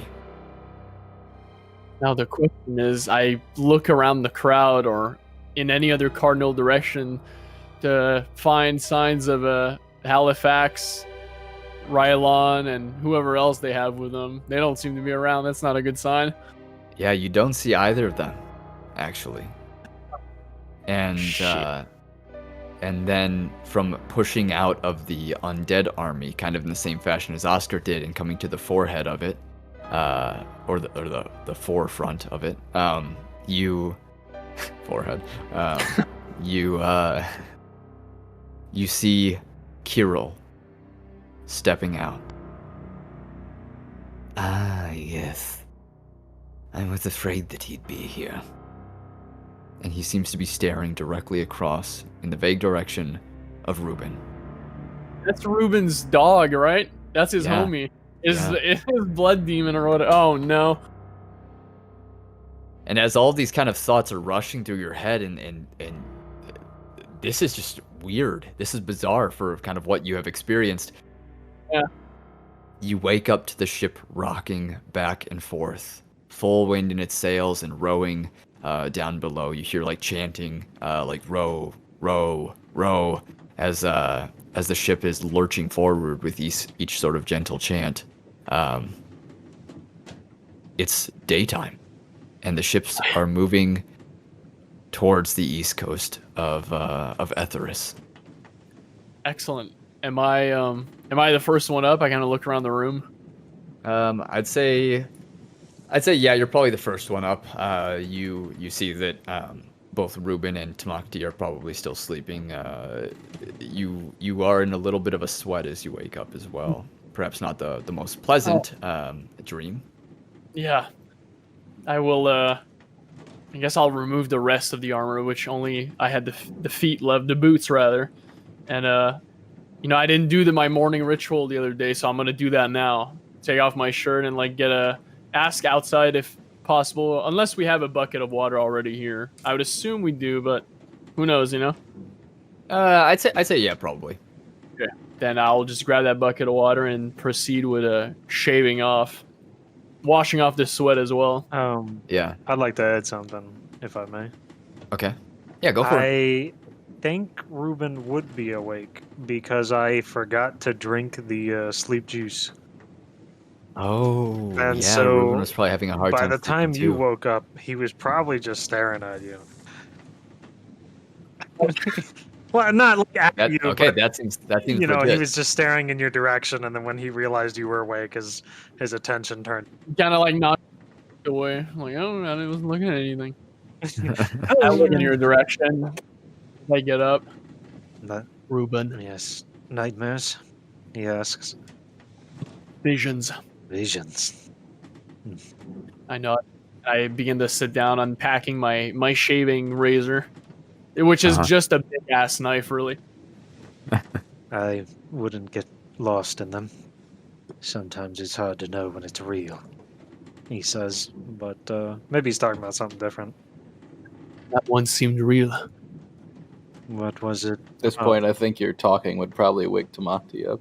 Probably. It's like early or kind of mid-morning. You probably got enough sleep that you would be a light kind of trigger to wake up. You and Tamacti were there.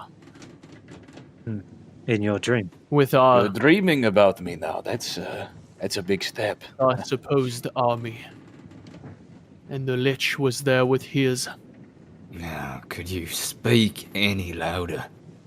You hear Corin say as he kind of rolls over and slowly begins to sit up at the edge of his bed. I don't acknowledge the old man because he hates me. I turn to him. You got more sleep than any of us. I've been exhausted lately. It's very tough to stay awake. You should eat something. Get your energy up. I don't need you to tell me what to do. I'm fine. Right then.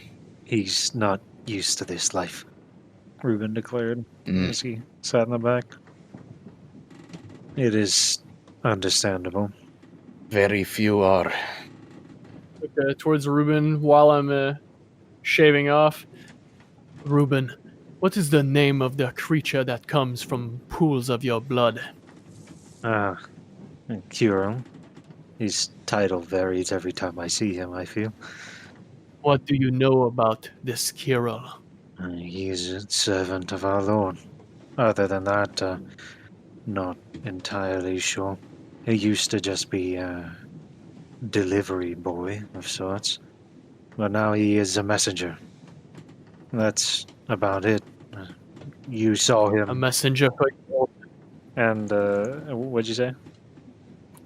a messenger for your order. And he kind of shakes his head. I wouldn't say there's an order, so to speak. But, a messenger for the Lord. As far as I understand. You've seen him all but one time I've met with him. Coincidentally enough. I nod. Very well. And I continue shaving How come you ask? because he was in the dream. And not on the good side. That is strange, but again, maybe it is only a dream, and just that. Oh, maybe a warning. He nods his head again, but as someone who has frequent nightmares, he finds it hard to believe.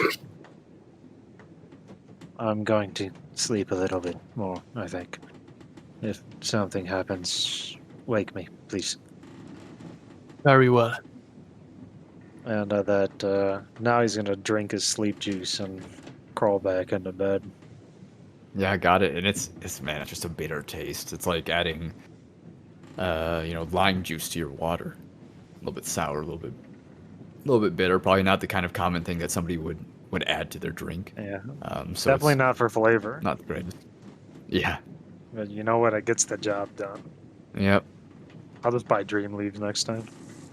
Tamacti is going to sigh and get up until he'll pull out, I guess the remains of was it an elk haunch or a deer haunch? What was it that they gave me for our rations? Elk. Elk. He'll pull out the elk haunch and sort of, I guess, is there a table in our room? No. Okay. Is there there's not a nightstand or anything? There are a couple like chests that were there for your storage should you need it. There were only 2 chests though. Is it like a flat top chest? Yeah, we'll say so. All right, Tamacti will set the haunch of meat on the chest, and just sort of generally announce to the room, There is breakfast. I will be back. I nod. Thank you. and then I'm going to head to the ship where the spellcaster is being held. Well, that's going to be a difficult task to do because he's, the ships aren't all directly next to each other. I don't think you'd be able to misty step over to the next one with the distance that there is. All right. Well, and as you make your way up above deck, you're greeted by the translator, who seems to be at the helm of your ship. Hey, you're awake. Glad to see that you survived last night, and thank you for everything that you did for our people. A translator and a pilot. You are quite a multifaceted individual. Well, we own 2 of these ships. Welcome on the Sea Serpent. Thank you. So, what's going on today? What you got planned for your exciting day of being stuck here on this ship? Well, I was planning on going to talk to the prisoner, but truth be told, I sort of forgot that I was on the boat when I went to sleep, and so I didn't plan for him to be, over there. And then Tamacti will gesture, I guess, in the distance to where the other boats are. You probably can't pick out the exact one now that they're out of that anchored formation. Yeah, it's probably a little bit difficult. I don't think you were paying the most attention, I would imagine, to which ship was which in the chaos of things, and it being, nighttime when it was. However, mentioning that,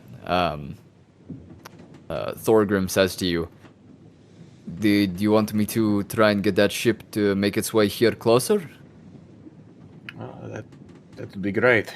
We do have means of communication here. We're not savages. Sure, I didn't know if that would be imposing. It will take some time, but it gives the people a chance to wake up and spread their sea legs, if you understand. Mm-hmm. Everyone loves to steer the ship, but moving straight like this, there's not much chance to steer. Right. He turns and he lets out a sharp whistle, and everyone in the crow's nest kind of watches towards him all of a sudden, every one of the 14 remaining ships, and he holds up a number of fingers and then kind of brings them back down, and then holds up a different set of fingers, like a 3 and then a 4, and you see everyone in their crow's nest kind of going back to doing the same thing that they were doing before, which is just keeping an eye out. However, one of the ships, it does. The man in the crow's nest kind of calls out to the woman at the helm, the shield maiden, and she kind of shouts a couple orders in the Valakan tongue to raise the sails to half mast to kind of get behind everyone so that she can maneuver. And it'll take some time. And Thorgrim says, "Don't get too excited. You'll want to come back in the better part of an hour. Is probably when we'll be the closest to them. It's a delicate practice because we don't want to, run into each other." Sure, I understand. Mm-hmm. Well, do you normally have guests? I don't want to get in your way. What can I do to help, if anything? No, it's not always that we have guests, especially those with the Ring of the Withered Warrior. But you're welcome on our ship, just like anyone else. And we've got everything covered, especially with the extra slave hands now. So sadly, not much for you to do. And waves are just lapping up against the front of the ship and breaking, and if you were to look, you would see that the figurehead at the front of the ship is kind of like a serpent with a really long tongue, carved out of wood and put on the front of the ship just below that little bit that extends out. Yeah. What will happen to those slaves whom were on that ship now that their ship has been lost? Well, we'll find purposes for them on the other ships. Everyone could be filled in a little bit more. I suppose it will make the workload a little bit less for the slaves down on the bottom, but Not by much, if it matters to you. All right. Well, I suppose I will perhaps get my bearings on the boat. Take a look around.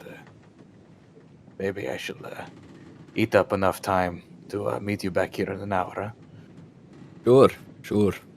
And Tamacti would nod to the translator and pilot, and then begin, I guess, wandering the vessel. Mm-hmm. The top floor is pretty bland. Not much really to it other than like ropes tied down in the mast and people like kind of like leaning up against the edges, looking out towards the endless seas.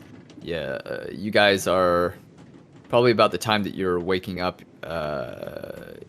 You can still see the mountain like far behind you, just barely in a slight silhouette, like the one that you had arrived on that had the evergreen just southeast of Cindergast. It'll be a good few days before you arrive down towards the Estoian Empire, so there's plenty of time to either pass doing something else or doing nothing. But like I said, the top of the ship is kind of bland, kind of boring. People are just doing their own thing. Yeah. If you make your way down to the second floor of the ship, there's like storage of not only food, but there's storage of equipment, other kind of hammocks hanging up where people are. They've got like little bags tied down to the floor so they don't roll around with every wave that hits the ship, and some people are even still sleeping in those hammocks. It was a long, trying night. Maybe they woke up and then did their work to set the ships off and then went back to bed or just haven't woken up since. Yeah. But like your midship is kind of like all your storage, crew quarters and that sort of stuff. Alrighty. Well, having gathered his bearings on the ship, as it were, I guess Tamacti will head back to their cabin. Okay. Having nothing really better to do. Yeah, and Rubin is still probably sleeping. What about Gabriel? He is snoozing. After being done doing my business, I guess I'll dress back up and probably just, go for a walk outside, but just like meet Tamacti as I walk out like upstairs, because there's probably not much to see on one ship. It's not that big. Mm-hmm. Yeah, no, that is true. Yeah, because we need to reconnect with like the main ship. We need to, we need to talk to the boss Hoss around here. There's gonna be some changes around this place. Otherwise, I'm gonna have lycanthropes to kill me and everyone here. So. Let's wait until we're not in open ocean, so they can't just throw us off. Oh, they'll try. We'll be all right. Look, man, these people, you just gotta challenge their strongest fighter, and I just gotta win. That's really that simple. All right. Tamacti would nod to you, Gabriel, as you connected to the rest of the fleet. The boat that is housing the prisoner will be moving closer to our ship slowly within the next hour. I plan on heading over there to question him. The wizard survived. Good. He did. I'm gonna come with you. All right.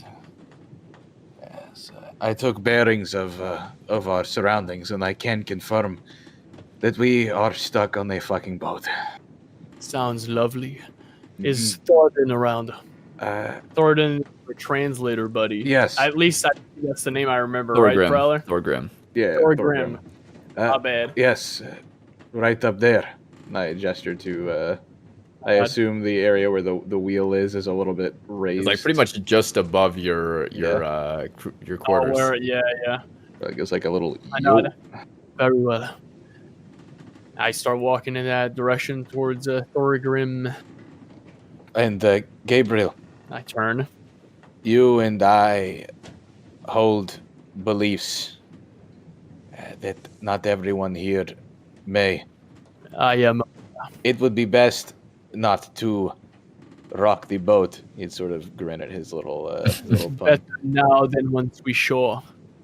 Otherwise, the lycanthrope will have all of our heads. Yes, but we will be on the open ocean for a while. I'm aware. Very well. There is a time for everything. You understand? Yes. And according to the legend, it is time for these people to fall in line. Right. And I give you a nod back and climb up the stairs. Okay. And Listen, man, we become kings in this bitch. We can't. There's no more hesitation. We say what we want and we get it. okay. That's one way to be a king. Those kings typically get poisoned or deposed. No, Or but that's how these people want a leader. They want someone that's fucking. You know, You would that's think about back it. to Emperor Leopold I in the Burak Empire that led his people into civil war over which of the four gods to worship and was assassinated by agents from all of them. What I believe in, so be it. But yeah, the people that the clans that follow the ring like a craftier king, right? I remember that from last session. the what? The two clans that like more respect the ring, they're like more crafty in nature. Do I remember that correctly? There are three different clans that are, two clans that are really kind of obsessed with the prismatic circle, or the prismatic druids, or druids of the prismatic circle, whichever it is. And they, one of them offers like slave sacrifices regularly to this cause. Okay. And so it's a bit of a touchy subject for the people of the boats, probably. What about? And I know it's been a My week two- out of character, but it's only been like a day in character, so I'm gonna say you probably know that Clan Morgong was explained to you as the clan focused on spy and black market networks of Kandar, and little happens without their knowing. So that it would probably be the first to Say again, sorry. I just said the Snake Clan. They'll be to poison us. Well, I think they're also the ones that, if I remember correctly, are the ones that sort of vibe with the ring, right? I'll continue.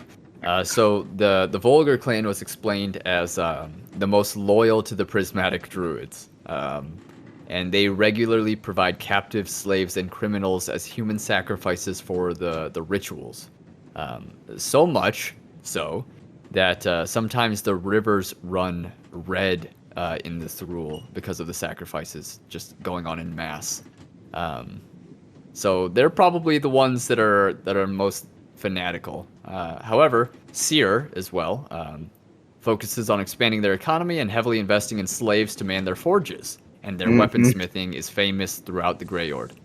Rune is most adept with magic and create the gems that house spells to be later activated. Mithra is the most diplomatic of the Kandar clans and focuses on trade relations and embassies with other clans. Or other lands, sorry. And are my two, right? The two that were probably said that would follow you are Seer and Rune. The two that were probably said to follow Rubin were Morgong and Volgar. And then for Tamacti, Mithra, which is the first one, is the most diplomatic of the Kandar clans and focuses on trade relations and embassies with other lands. They are the most cultured of the clans and produce the Lord Edda, which maintains all of the lore and history of the Greyord, which is like the north. And then Limgri, which gets auto-corrected every time I put it in my Google Notes, is a divine-focused clan that hopes in the use of their divine powers to counter the druidic clan. So they're kind of one of the Kandar out to the east. And they control the Cold Iron Keep, which is a prison of the most powerful enemies of Kandar, which are like insane criminals and like pretty much people who have gone in and like solely like slaughtered small camps of wandering people that aren't affiliated with clans and stuff like that. Cool.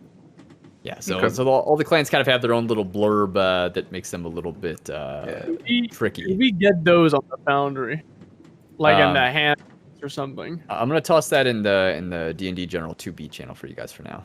That'll do. Good. Just because I will forget. Yeah, you I've guys, already forgotten the names of the I know, first. I get it. I get it. So both of Rubin's are like the biggest shitters. Yeah. From what I'm getting, Yeah. what I'm getting, Man. follow. Well, they're not his. It's the ones that are most likely to follow someone like Rubin. Yeah, They don't kind of follow- size them up They and don't get what follow they're an about. item, and they follow people. So. Yeah. Who knows? But anyways, so as you make your way above deck, Gabriel, we'll get back to you in a second. And Tamacti, as you make your way into the room there, you see that not only is Rubin sleeping, but Speaker Corn is back to carving stuff into the wall next to him, next to his bunk. Damn. More artistry, I see. The ship lurches to the side as it hits a big wave as you say that, and he kind of like messes up and scratches a thin and shallow line across to the side. Ah, God's damned. This ship. Yes, I'm working more on carving into the ship. What is it to you? I am just curious what your purpose for doing so is exactly. My purpose on the ship is of little consequence to you in what I do, so don't worry about it. Did you and I get off on the wrong foot, Speaker Goran?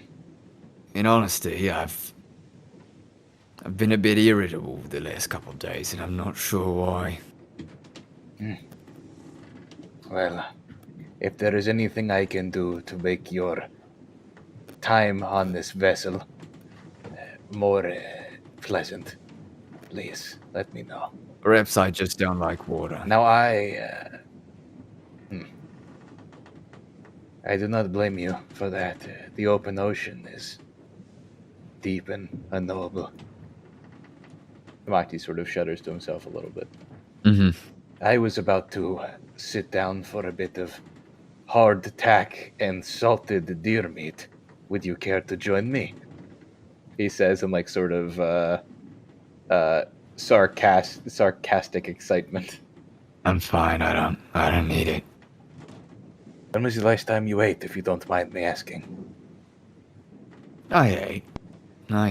Don't worry about it. I'd like to insight check. Hey. Okay. I don't think he's eaten. He needs to eat. That's a 9. He seems genuine. Yeah. Tamacti would shrug. Suit yourself. Then he'd walk over and sort of sit down on the ground next to the chest and use it as kind of a makeshift table. He'd pull out some of his own rations and like pull out a couple like hardtack crackers, and sliver off a couple pieces of deer meat, make like a little cracker sandwich. Yeah. And do The his times best are tough. Times are really to tough. have a meal. Yeah, they really are. Very dry and immediately saps all moisture from your mouth.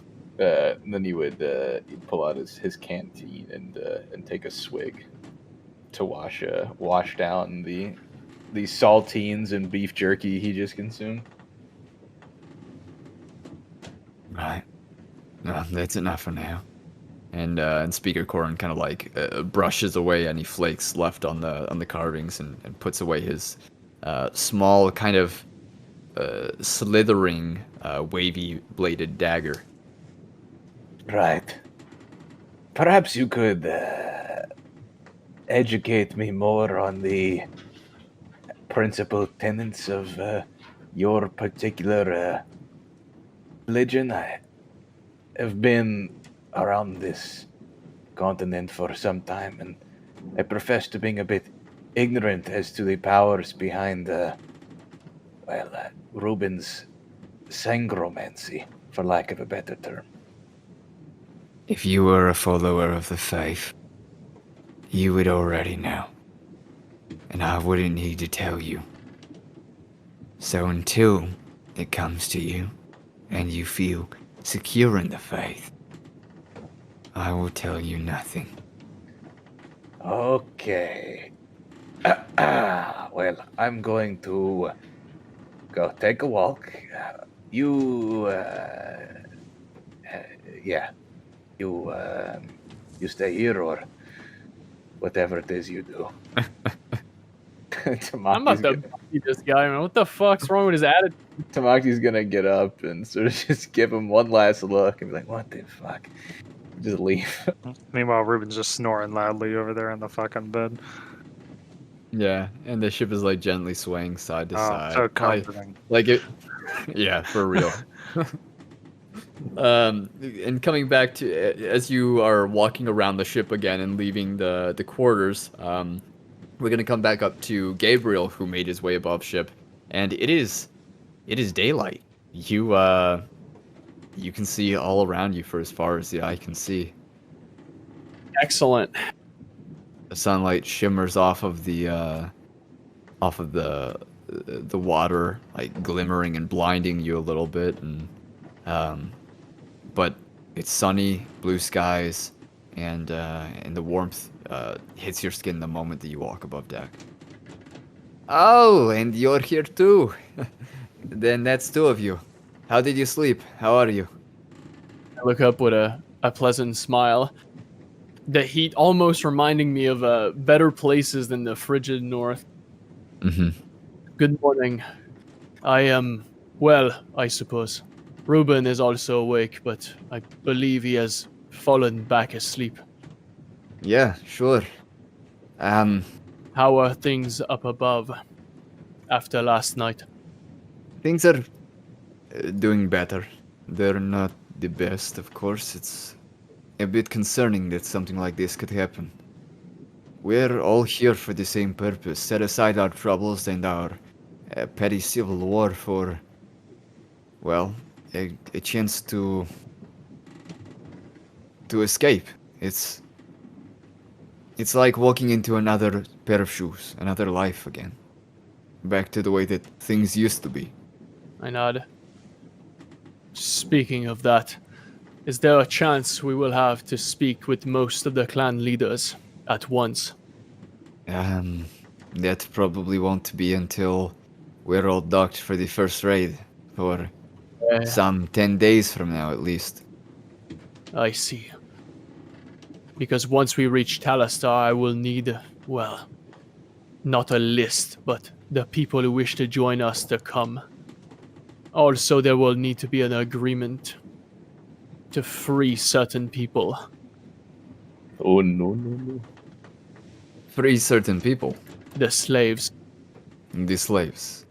I nod. But who will row the ships? Men will. Who will clean the ship? Who will... He kind of like seems at a loss of words. What makes you ask this if I don't? If it's not a bother to answer. None at all. You deserve to know what I know. Once we arrive in Talastar, I have made a pact. Well, a pact. More of a verbal agreement with a pack of werewolves to help us defeat the army of the Lich. They have agreed to help whoever comes with me at Talastar off of the boats as long as there are no slaves there to be seen. Uh-huh. I'm sure you have seen these werewolves in the past. They talk about freeing slaves and, well, killing Northmen. We have. I am sure you have killed a few of them as well. The story spread. And yes, they attack smaller trade organizations with the slaves and I know. kill the masters. Take the slaves and turn them into werewolves. Do you think that's a better life? To be a beast like that? To be a slave to the moon?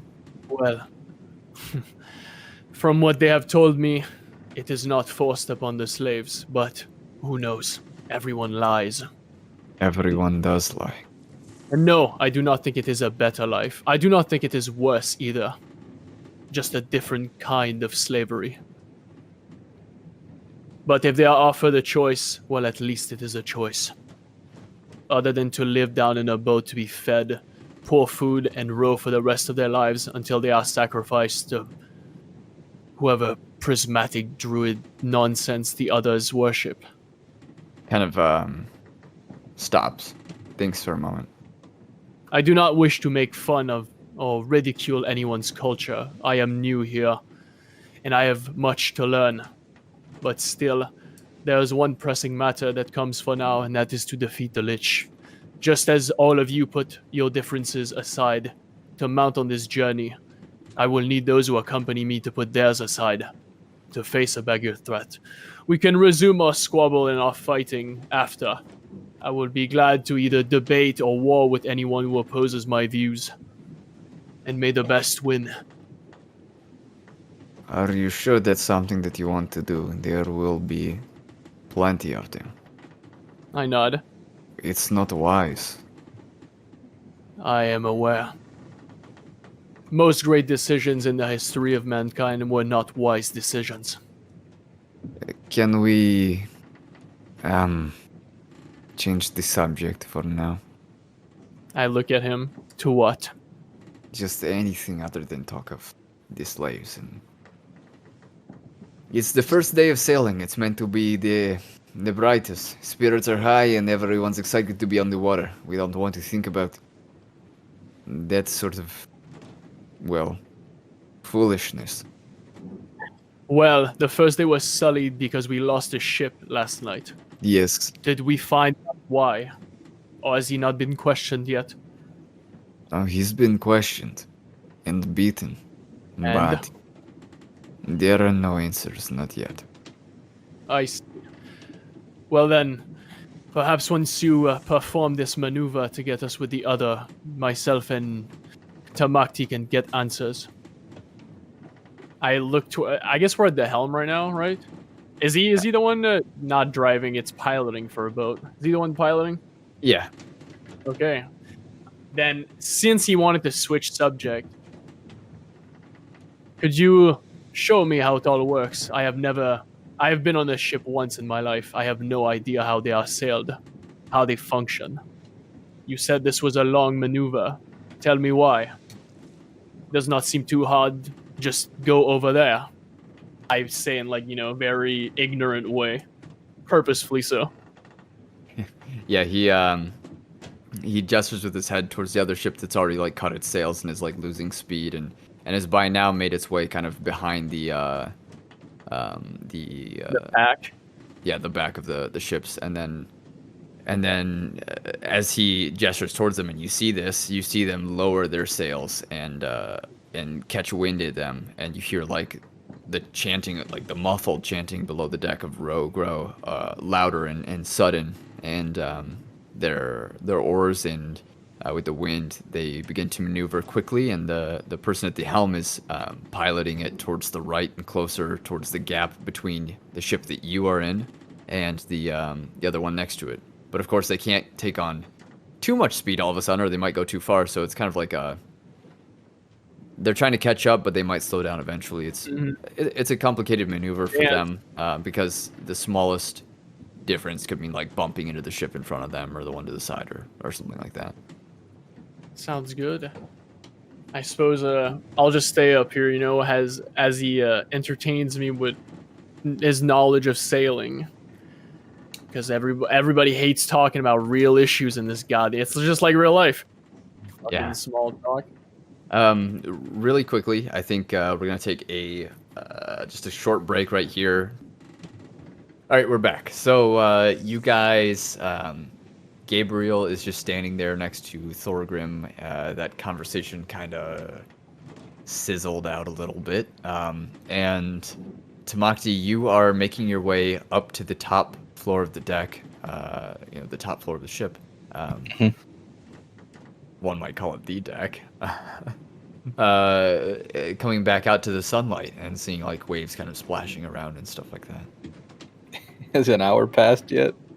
I'd say the ship is just now nestling into place. Yeah. Okay.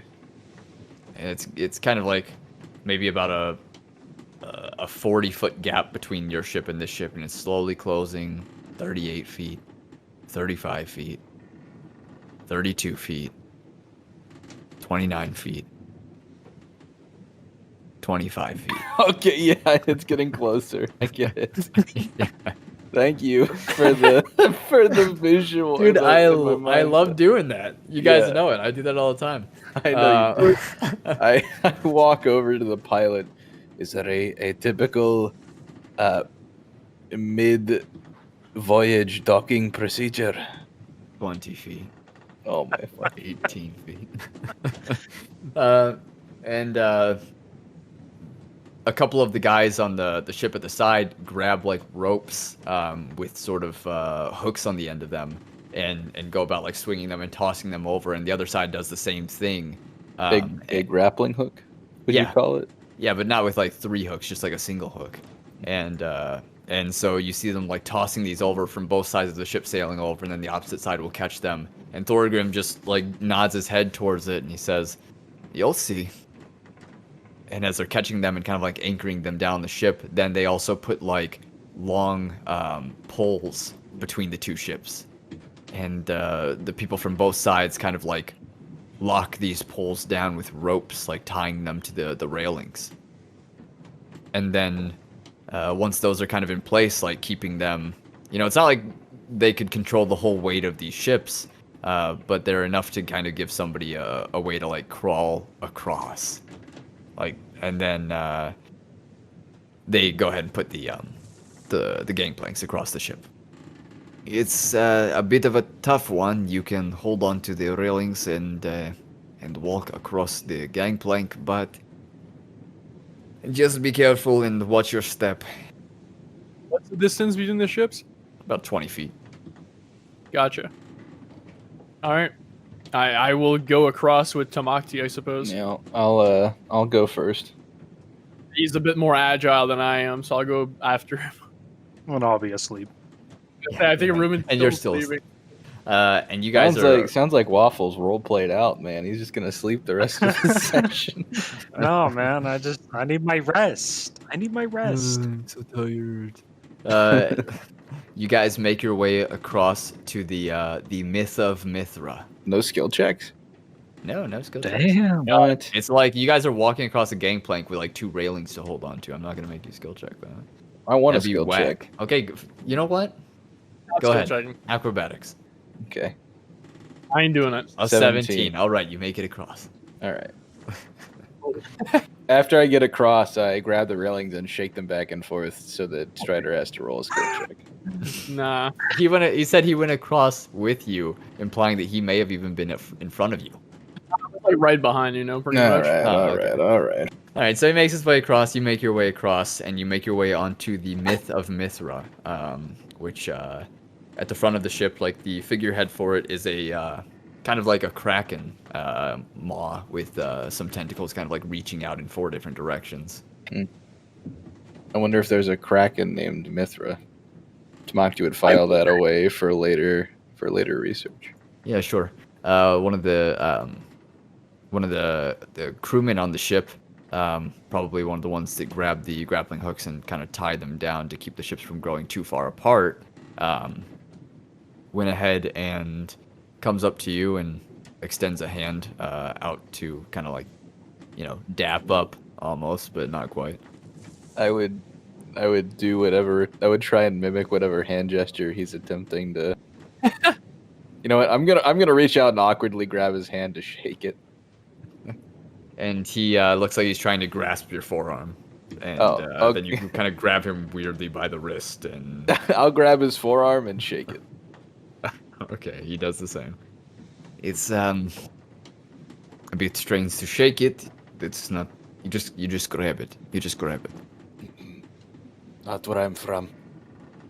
Okay. A mixing of our cultures. And I nod to him. Not one that will stick. Anyways, what brings you to our ship?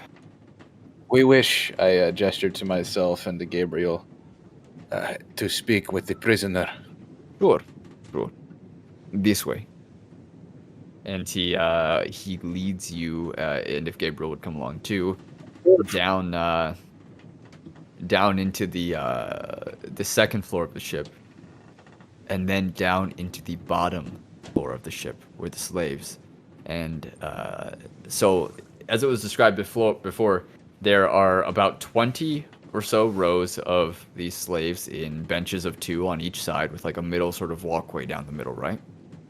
And this guy, this mage, is like chained down to the floor, with all 4 of his limbs, like legs and arms, spread out there, just right on the middle of the floor in the walkway. And as you guys make your way down and you see him there, one of the slaves like spits right on this mage. Disgusting pig, you hear him mutter. It's like a kind of like an older man. Damn. This is him. I looked at Tamacti. wish to take the lead. I sort of muttered to Gabriel. Do you think he's pissed because he burned the ship or because he's a magic user? Possibly a bit of both, but they have plenty of magicians themselves. No, the slave might not be from around here. Fair enough. And I guess we'd walk forward to where he was introducing us to the prisoner. Yeah, and he just kind of like gestures towards him and says, "Don't kill him. If anything, we'll feed him to the serpents." Oh shit, there's serpents? I'm sorry, what? What do you mean the serpents? You'll see. No. You have to elaborate on that when you can just... You have serpents in the boats, serpents in the water, what? Don't take the rag out of his mouth unless you want to risk him casting a spell. Who do you think put it there in the first place? Hey, Tamacti would wink at the guy. If we have to ask him questions, how is he supposed to answer? Yes or no? Yeah, that's the way. These are not good questions. Probably why you haven't gotten anything out of him. Look, I'm not sure how familiar you are with magic, but he could teleport away with a word. That's all he needs. Don't they need their hands as well? No. Not always. Okay. How about we break his lower jaw? I look at Gabriel. Well, he could still stutter out words, but nothing precise like a spell. Here, I have an idea. And I make a show of pulling out and loading one of my pistols and cocking back the flint so that it's poised to strike down onto the flash pan as soon as I squeeze the trigger. Uh-huh. I'm going to sort of walk over to the prisoner and place the barrel of it against the side of his head. While you're doing all that, I'm musing on the fact that if this dude could teleport out of trouble, he would have done it last night when I was impaling the fuck out of him. So I'm just going to assume he's not good enough to teleport. Step forward. I do not think this one can move away. Even still, I want to make something... I want to make something abundantly clear. I sort of am talking to him. Though your recent treatment and the fact that I have a gun to your head right now may say otherwise, I have no interest in seeing any more harm come to you than has already been done. Last night's unfortunateness was, a direct response to your actions. I feel, this is my personal belief, that everything done to you up until now was a measured and, quite honestly, equal response to what it was that you did. Now we can start fresh. You give me answers. I can see to it that you are treated better than you are being treated right now, and left alive.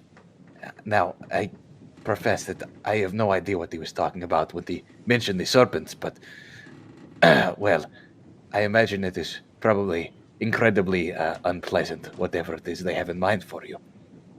So, here is how this is going to work. I am going to pull the rag out of your mouth. We are going to ask you questions. You will answer them. If I even think you are beginning to mutter the words of a spell, which, believe me, I will be able to tell. I will, unfortunately, have to shoot you in the head, which will kill you. Do you understand me? I look at him. He still has this rag in his mouth, right? Yeah, but You can nod. does he nod? No, he doesn't. You can nod your head yes or shake your head no. We will not continue until you do one of these. He glares at you with eyes that could kill, and nods his head slowly. Thank you very much. And again, to reiterate, I do not want to hurt you any more than has already been done to you. This will be, hopefully, a painless bit of questioning. Do not look at it like an interrogation, more a cordial chat between two travelers on the road. Now, Tamacti would reach down and sort of grab onto the rag with his free hand. Gabriel, did you want to go first? You seem to have this well in hand. Continue. Very well. And Tamacti will pull the rag out of his mouth. Ugh. I'm sure that's better, huh? What languages do you guys speak? I speak Imperial Norm and Celestial. Okay. Does Charno have its own has its own language? I don't even remember. Imperial Norm's just I don't- common. Otherwise, yeah. Imperial Otherwise, Norm it's is just, like common, and Charnal has its own language. There are Elven dialects as well. then I would probably Imperial, Common, and Charno. I think I actually had you guys edit all that stuff to fix it. I think so. Well, we'll take care of that another time. Don't worry. Fair enough. So, you think you'd probably speak Imperial and Norman Charnal, you said? Those would make sense. Then you guys don't understand what he's saying to you. As he talks out, and it's just like a jumble of words that are... Like, you can catch snippets of it where the language might have been something else once upon a time, but it's changed since then. You're shitting me. You don't speak Imperial Norm? He stares at you for a moment. Yes.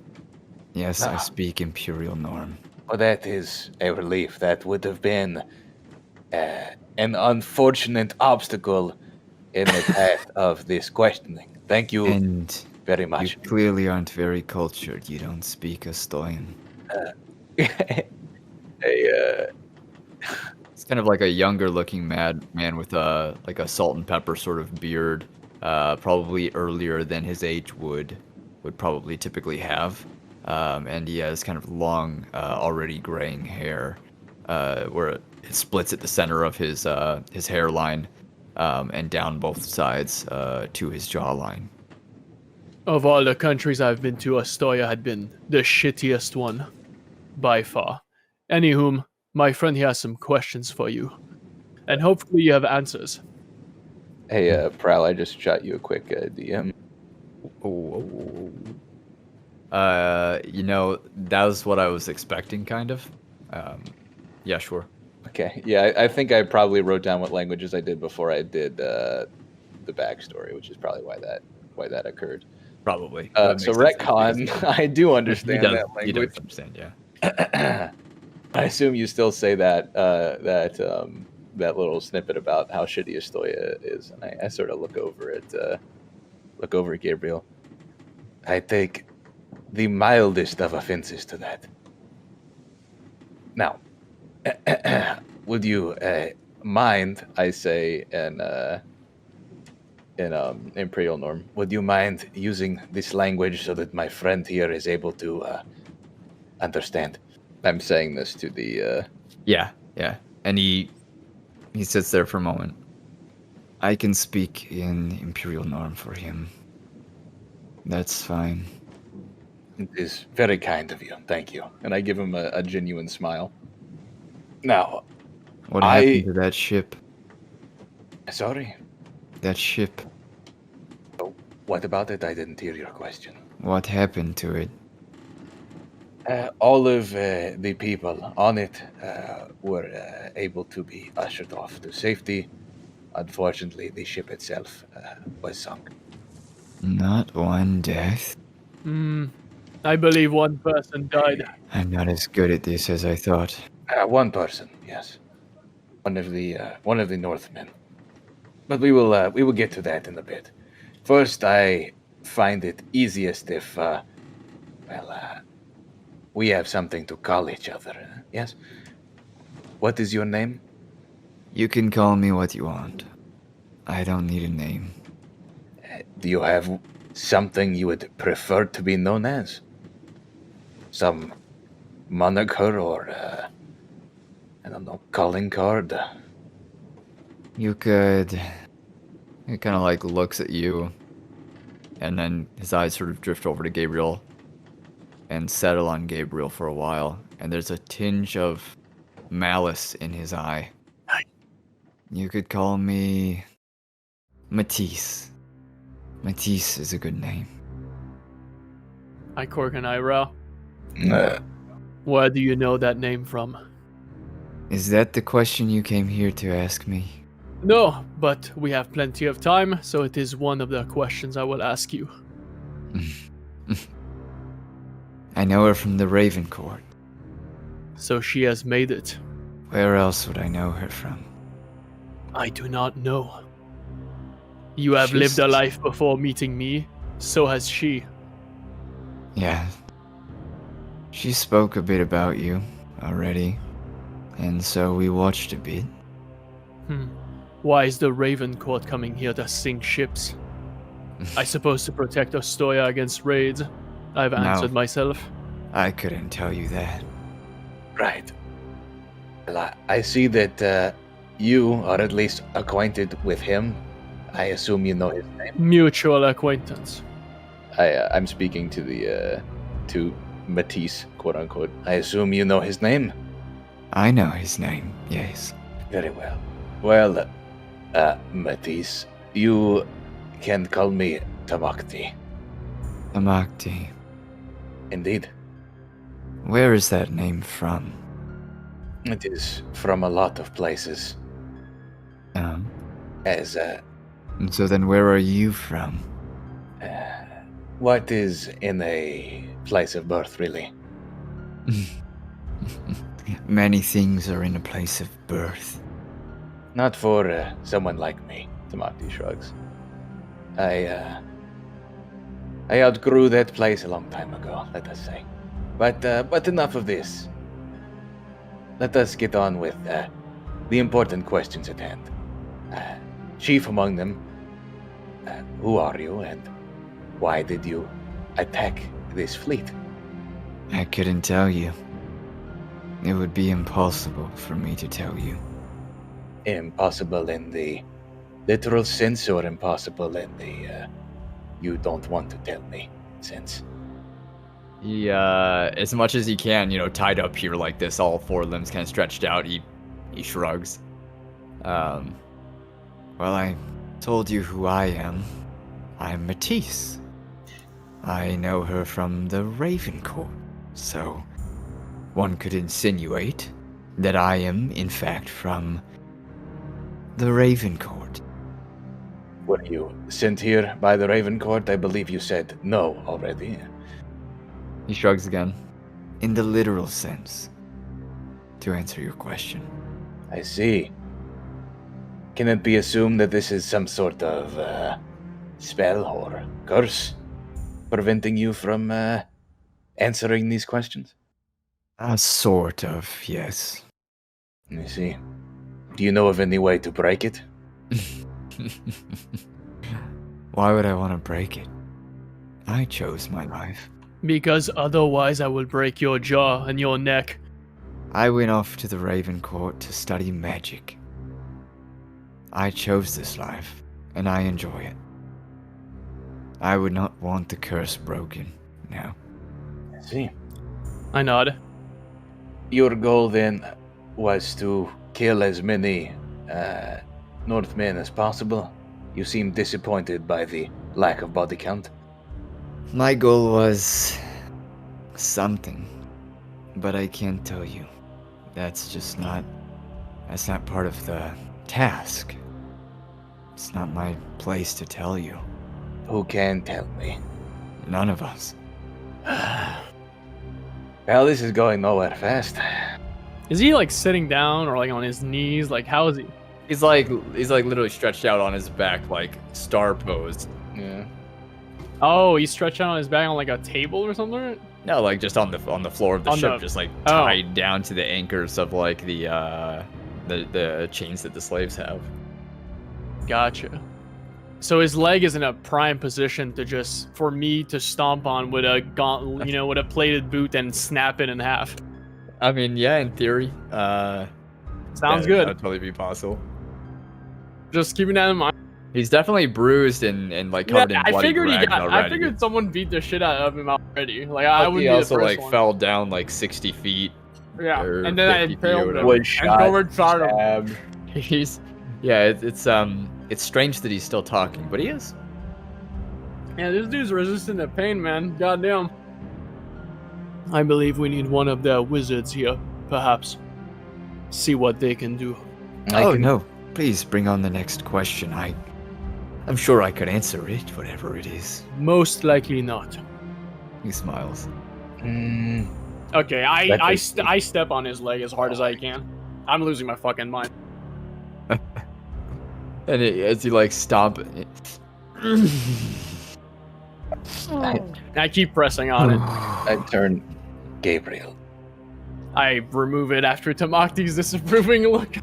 I am struggling not to. I understand. Please. I don't want to die. And so this ship will remain in one piece, so long as you do not do that again. Oh, and I he's could like kill you clenching here. his eyes. I'm gonna shove the rag back into his mouth. He was in the middle of speaking. If you one more time, I grab him by the hair. I kneel down. Oh, I could just kill you here, and the ship would be intact either way. You have no use to us anyway. Why should I keep you alive? I bash his head back on the ground.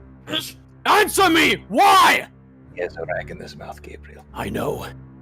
Why don't I sort of holster my pistol and take the rag that was sort of securing the other one, and I tie it back around his head. why don't you and I have a little chat outside about how we're going to proceed? you're going to let him live. This thing, this degenerate, this creature. One of the slaves that was close by and listening in on says, Quite frankly, what's your name? Sorry. My name is Fjord. Quite frankly, Fjord, I am not sure what I am going to do just yet. That is why myself and Gabriel here. Well, perhaps we should sail to the Raven Court with his head mounted on the front of the ship. That's why. I sort of ignore that, Jed. I'm just like staring at him, like, you know, we're both staring at each other. That's why. That's why Gabriel and I here are going to go converse for just a moment. I sort of say, trying to draw Gabriel's attention. Poor intellectual, he chose this life, did you not hear? This is what he wants. I eventually let him go. One punch to the face, just for good measure. he grins through like a bloody nose and split lip, blood like seeping into the rag in his mouth and down his face. Hope he chokes on it. And I'll step out with Tamacti. Maybe I'm not a great interrogator. I'm losing my mind, guy. You hear the man like squirm in pain and like muffled screaming as one of the slaves nearby like presses his foot into the same one that you were the same leg that you were like. Oh, they're stomping on. close by. Yeah, Oh, man. they're close enough by. It's a very narrow sort of hallway there that he's gonna splayed out. I point to the slave that's doing it. You. How would you like What? it if someone came by and did the same thing to you, huh? They've been doing that my whole life. Get a grip. I shrug. That is a fair point. Sheesh. Proceed. And then I'm gonna drag Gabriel away to a place where he can't like overhear us. Yeah. Mhm. I Which is follow probably you. either all the way down, but then there are other slaves that could hear you, like on the Yeah, bottom deck. So you might someone want will to either hear go up us. second or top, or you could stay down there, but somebody else will hear It you. doesn't matter. Someone And, will hear us. I don't want the guy to hear us, Matisse. Yeah. Gabriel, I do not think that either my approach or yours is going to work in this case. So we should kill him. No, I think we should try and recruit someone that is more knowledgeable in magic than either you or I. I admit that while I have a knowledge of spell weaving, it is unfortunately nothing more than overblown parlor tricks most of the time. I profess ignorance to what is going on with him. Yours will not work because he clearly has some kind of conditioning that is preventing him from answering our questions even if he wants to. But he does not want to. He smiles and he taunts us and he walks in circles. So I enjoy beating the shit out of him. Because if he wants to play coy, then we surely can respond. Look, we can go recruit a wizard, see what they can find. I will keep an eye on him, make sure he does not do anything. If I hear him speak any word or move his hands, I will break them.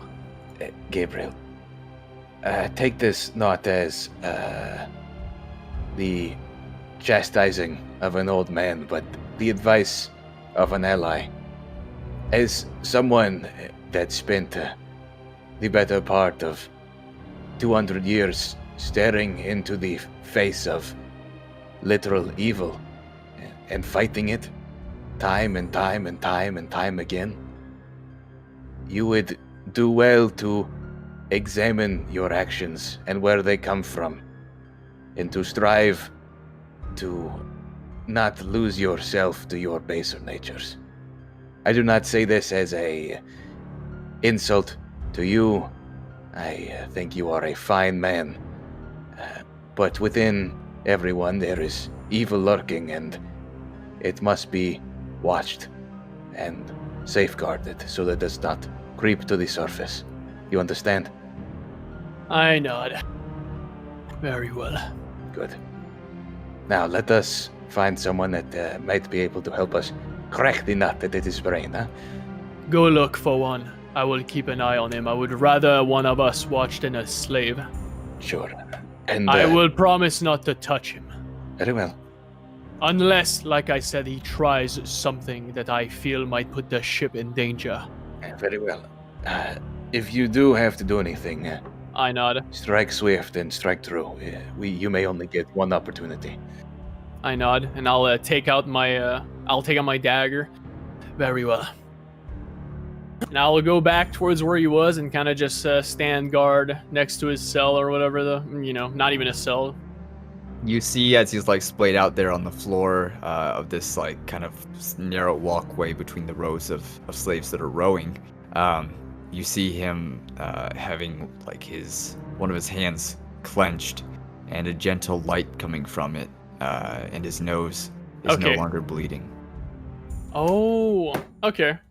I'm gonna go reach for his hand then, see what he's got in there. Unless he has nothing and he's just... What do we have here? He's like pry his hand open, he doesn't resist it, and you see that there's nothing in his hand. Ah, very well. I will proceed to break his fingers. He's grinning as you like open up his hand, and he's kind of like duped you. He's got me, And how do you do it? Like punch it or like stomp it or what? Or just like mangle them? No, I kind of clap a little bit, like his hand on the floor, like nice trick. And as his hand is splayed out on the ground, I will punch it as hard as I can with my gauntleted fist. And you hear a crack, and a couple of the slaves around like stifle cheers as they watch you do this and like chuckle a little bit under their breath. That is how you did it. Now to the next. I move to the other hand, and I will do the same. Like lets out a real scream for one. Guttural sort of scream like into this rag, and you like smash into the other one, and you hear the same sort of crunching, and his fingers are just mangled. A couple of them jutted so far to the side that like bone is sticking out. It's a gruesome sight for sure. You're lucky I did not cut them off. Coming away from you and away from gratuitous torture. Yeah, coming away from that, coming away from Tamacti. Rubin, you wake up to a bang on your door. And Rubin shoots awake. He's He literally shoots. He grabs a crossbow. He shoots awake and immediately looks at his surroundings, and seeing that most of the gang isn't there. Is Corin still there? Corin is not there actually. And you feel well rested. If Okay, I'd say, like, okay. it was a pretty tough sleeping throughout the night, but like with this added sleep of like nothing but straight sleep without sleeping It's good concoction, enough. you're feeling pretty good. And Yeah. he reaches over to scoop up, the helmet beside him, and slowly trudges to the door while putting it on. And he'll open it, slowly at first, just to peek who it is, and then Foley a moment later. It's Thorgrim, and he And that's a translator to clarify, right? yeah, Got it is. And he turns to his side and gently kind of like gestures a hand towards a man standing next to him. You recognize it as the kind of smith that was on the boat from last night. He got his boat lined up with the one next to us and made his way across. Said that he believed that there was a person on our ship that needed some work done. Yes, thank you for bringing him to me. And Yes, sure. But leave the heft plate with him. Let him get to his work. Come with me. I have something I'd like to show you. sure. And he motions back towards the bed in the far right corner by the window. It's just underneath. It shouldn't be hard to find. Thank you again, he says to the smith. And then Yeah, sure. I'll have it done by the end of the day. he gives a nod and steps out of the way so the man can step past before Foley going to follow Thorgrim, right? Yeah. Come on, quickly. And he picks He up, grabs onto the railings and begins making his way up to the top floor on the deck. and Rubin picks up his pace, sensing the kind of urgency there. Come on, look. What is it? And he surfaces from the lower bowels of the ship. He kind of like looks out, squints his eye on the horizon, is looking out towards the other ships, past them, out onto the water. Shit! It was. There it is. Do you see that? And Rubin squints from behind his helmet visors. Yeah, and he's like pointing and kind of like squinting and shielding his other hand over his eyes to kind of like block out the sunlight. There it is. Just up ahead and off to the left. That's a sea serpent. Oh fuck! And you can see it like Shit. this thick kind of serpent-like body rippling over the edge of the waves a couple times, like just underneath the waves. How big does it look? I mean, obviously it's hard to tell with the things in the distance, but It looks just shorter than the length of one of these ships, maybe at about 55, 60 feet. but Rubin thinks it's probably pretty cool. Awful doesn't. It's far enough away that it won't bother us, I'm sure of it. But we'll be bothering it. And he Are we hunting it? he turns off to his side, facing the other ships, and like brings his two fingers up to his mouth and lets out like a high-pitched whistle, and then pointing, and the other crow's nests all of a sudden start shouting out to each other and pointing, and you see Thorgrim. He points to one of the other ships, maybe like 3 or 4 ships away. Do you see them over there? Watch this. Watch. And he nods and goes to look towards where he was pointing the other ships. And like people on this ship and other ships are kind of like rounding up ropes and harpoons as this is like being communicated, and they all sort of bank off to the side a little bit towards this sea serpent. And you see two figures like run towards the front of the ship that they are on, like 3 or 4 ships down, and they dive right off the front of it and into the water. Shit. And you see Wow. like right before they or right after they hit the water, 2 serpent-like tails flipping out of the top of the waves and across the water, before just moments later you see one of them barrel up out of the water and streaking in kind of like a rainbow sort of shape or arc Back across into and back into the water. Oh, The 2 of them had druid shaped into slightly smaller sea serpents, maybe like 30 feet long each, that's fucking sick. and are rapidly like leading the ships towards this other serpent out there. And Thorgrim turns to you and says, "The rations will be increased, trust me. This is a good sign." So these men turn into serpents to lure them and hunt them? Not to lure them, to weaken them.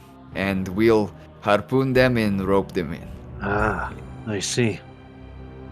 This is hunting out here on the water. You should get used to it, and you'll begin to like it, I'm sure. And he gives another nod. I have never hunted creatures on the sea before, but used to it enough on the land. I would like to give it a try if more happens, which from the sounds of it, it will. And as they're kind of like streaking across, like bobbing out of the water and bobbing back into it like dolphins, and then bobbing out, bobbing back into it, they're kind of like nearly side by side.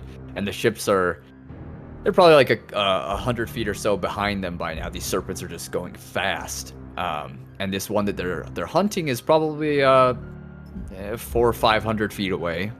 So not too far, not so far that it couldn't be caught up to if it's going kind of like adjacent, you know. And as the ships are lurching forward, and you can hear like the command of rowing being shouted out even louder, and with every row the ship kind of like jolts forward just a little bit, and then jolts forward just a little bit, and the sails are turned to catch the wind, and the sun sparkling off the horizon onto the water and in the direction of that sea serpent. That is where we're going to end this week's session. For once, we're not ending on like a big cliffhanger. I don't know. I kind of want to see what happens to that serpent. Yeah, and we will when we get back to the next session. So, Would it appear that a man named Thor's Vinland would be at the head of the Vinland and Scully Borkson. Are they harpooning it to drag it onto land so they can get the trophy when they kill it? Yeah, so anyways, that's going to be the end of this session. We thank you guys for listening. We'll be picking things up with what happens to this kind of little hunting party in the next session. And as always, never split the party. Thanks for being here. See you next time.